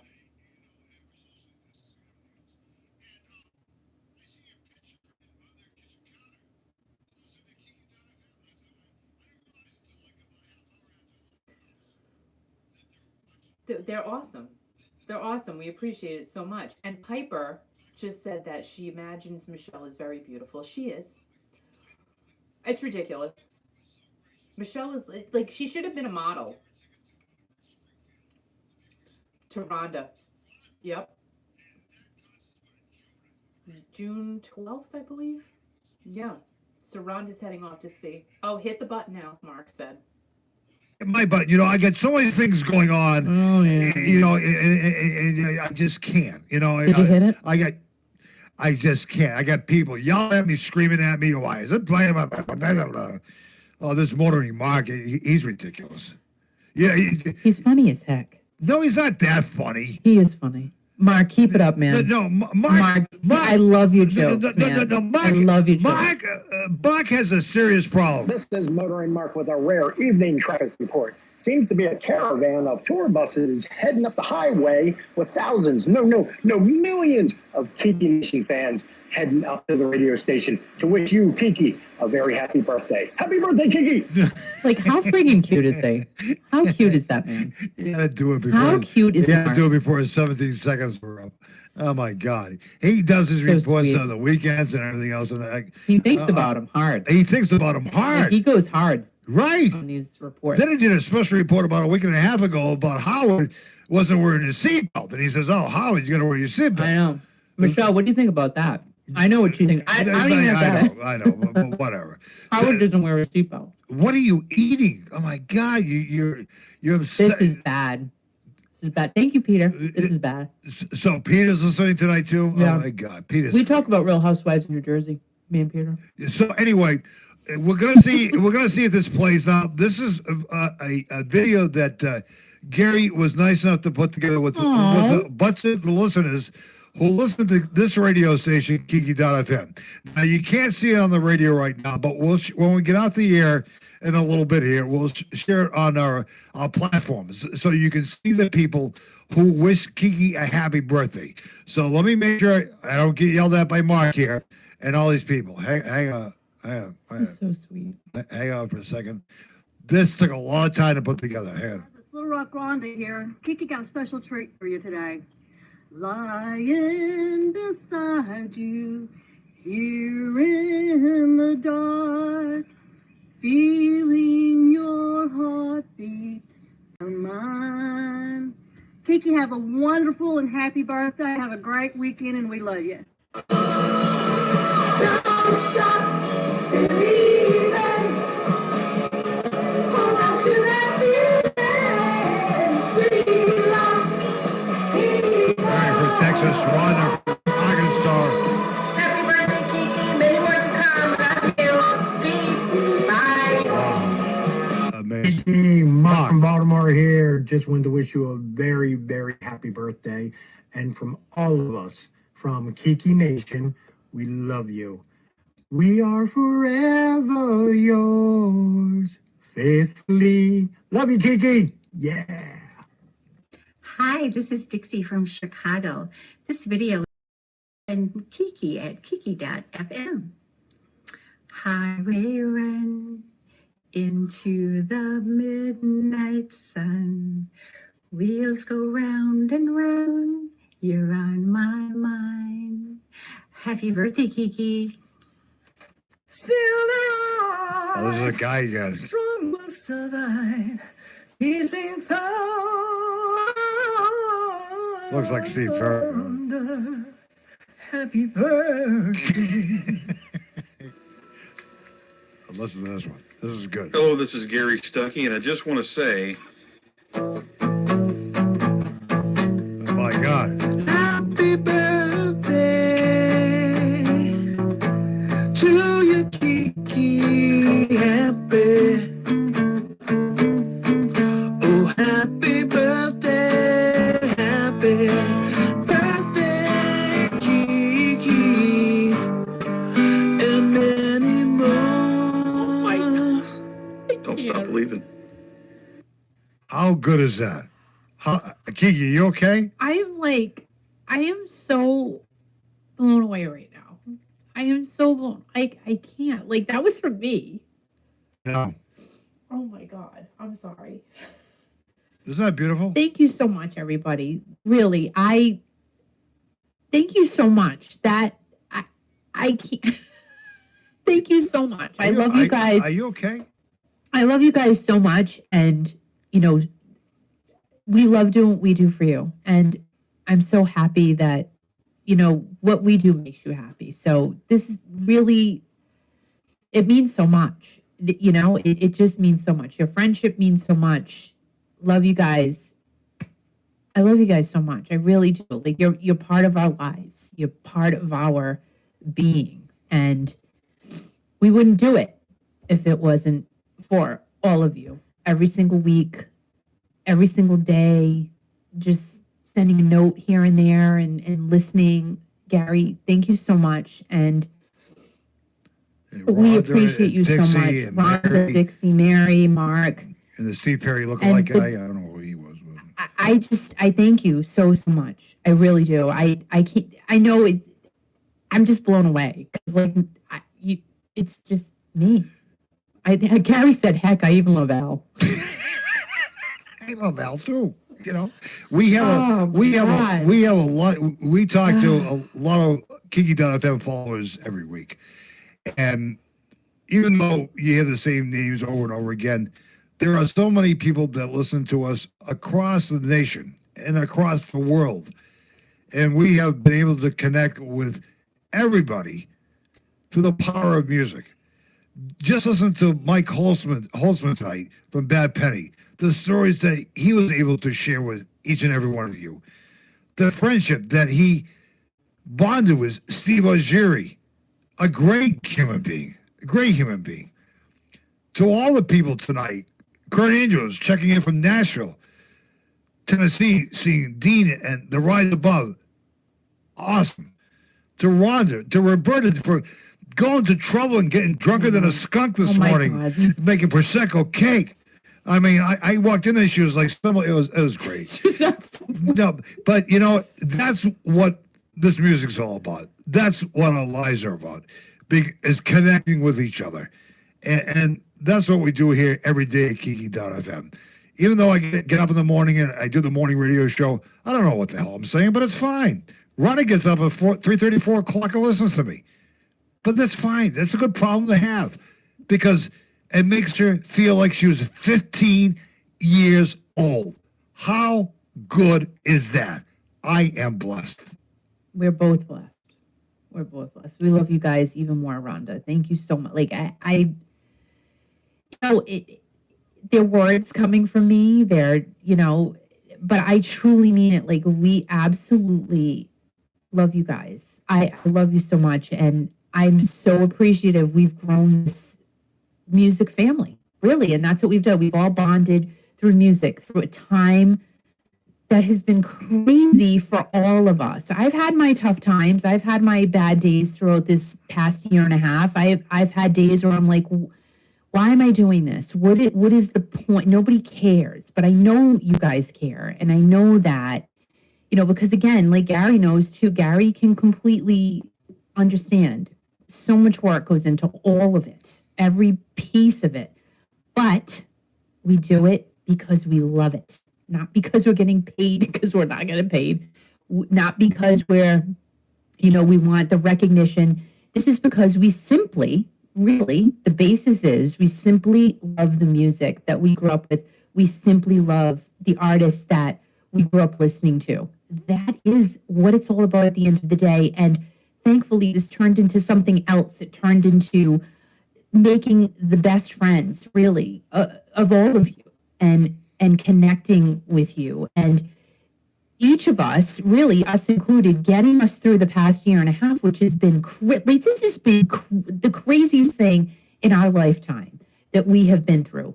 But we tried every single week, for the most part, to be here and to connect with all of you. And it took your minds off things, and it took our mind off of things too. So it definitely works both ways. But I am so thankful, and I truly mean this from the bottom of my heart. So thankful for each and every single one of you, to have connected with you, to have bonded with you. And thank you for coming along on this journey. And the other thing too is that we like to thank the support of all the artists. Oh my gosh, and yes. all the musicians. Like Mike said tonight from Bad Penny, the project that he's formulated, he was nice enough to give Steve Ajiri to give to us the debut of that song, Lose Myself. Yeah. Steve Ajiri, we play one of his songs from his new album coming up, which will be released shortly. And as you heard Mike tonight said, Kiki, you'll be the first to know. And we've been able to, Kiki has been able and had the opportunity to talk to so many artists. Because it's not only getting up there on stage and playing the music, but tell a story. Like Bruce Hall of REO Speedwagon. I mean, Lou Graham from Foreigner, who's celebrating his birthday next week. And the guy we had on for the Romantics a couple weeks ago, Mike Skill. Great guy. Great guy. Great human being. Yeah. We had John Payne on a few weeks ago. Love him. He went through hell with the COVID virus. Yeah. And how this, as Mike was saying tonight, how this has changed so many people's lives. This is how they make their living now. We pay royalties. All radio stations play royalties to play their music, but they are making diddly squat. I know. That's how these artists make a living, is going out and touring. So if you get a chance to see a group, go. Use the protocol that you have. Be careful, but enjoy them and scream as loud as you can, because that's what it's all about. It's time to get back out there. It is time. It really We're all ready. Time to get back out there. Yeah. And I can't wait to go visit everybody at their house. I just can't. It's going to be great. The artist is so gracious to you, Kiki. But also, they're not only talking to you, but they're talking to you out there listening through the speaker right now. They're talking to you, the listening audience. They're telling you their parts of their lives. What has been shared here on Kiki.fm or Kiki Nation is stories that you never heard before. And sometimes I listen to these interviews you do, and I can't believe what I'm hearing. It's amazing. But what also is amazing, not only do we have the great artists and musicians that we play here on Kiki.fm, we have the greatest listening audienceship right here on Kiki.fm. It's amazing, isn't it? Again, I never thought. And you guys can't see how many people are listening to us on a daily basis, but it is amazing how many people have been listening to us every single day, and the numbers are getting bigger and bigger as the days go on. And I'm like, what is happening? It is so cool. We're not bragging. No. No, we're just telling you that we have people from Japan, Thailand. We have a great listenership. Philippines, Australia, the UK, Spain, French. I don't even know how to speak French, but Canada and all throughout the nation. And the numbers have increased dramatically, but we're doing it because for the love of music. Mm-hmm. It's given us, it's been crazy and it's been beautiful. And by the way, Kiki, happy birthday. Thank you, hon. And thank you for my beautiful flowers. And also to you, Al. Thank you. I will start crying. But you put so much... What? So much work goes into this every single day. And again, no one will ever know because we put on our great faces when we do this on Thursday nights, but so much goes into what he does to give to you guys for But the I music. have a problem. I can't help it. But I feel again, like I'm 15 years old again. I get interviews, the interviews you guys hear, so much work before it goes into it, so much work after it, so much work during it. Editing, the push this button, and oh my God, the bad phone connections. Hello, be listened to by like 5,000 people right now. Hello, it's fine. But again, you know, I mean, to say that we have our own radio station, I never ever in my lifetime, like this was, you know, when I was a little girl. This is again, radio has been my life. But that's how we met. We've been doing radio for a long time. I've been retired for a long time, and I worked at all kinds of formats: talk stations, country stations, classic rock stations, dance stations, and Kiki met me in radio, and she worked at a dance station with me for a while. Then she worked for a mega powerhouse classic rock station, and that was a great experience, wasn't it? It was awesome. And you got to play your CDs before your show. And you had to work overnights when you started. I did. But anyway. Midnight to 6. Oh my God. So, you know, just to say that we have our own radio station is awesome, but it's not just, you know, push a button and go. It's the work that goes into it and the love. It's the love of it that makes it, I think, great. And really, because we both love it so much. So we're just totally happy that you guys are loving it as well. And we really appreciate each and every one of you. I cannot say it enough, and I can't thank you enough, really. So that video that Gary is nice to put together with all those nice listeners, and thank you, Rhonda, for your ideas, which thank you so much. You're a very, very special person, and you are blessed, girl. You really are. And we're blessed to know each and every one of you. Yes, we are. And thank you for listening to Kiki.fm. Thank you. We love you guys so much. So I'm going to play a song, okay? All right. The song is... Thank you, honey. Good night. Love you.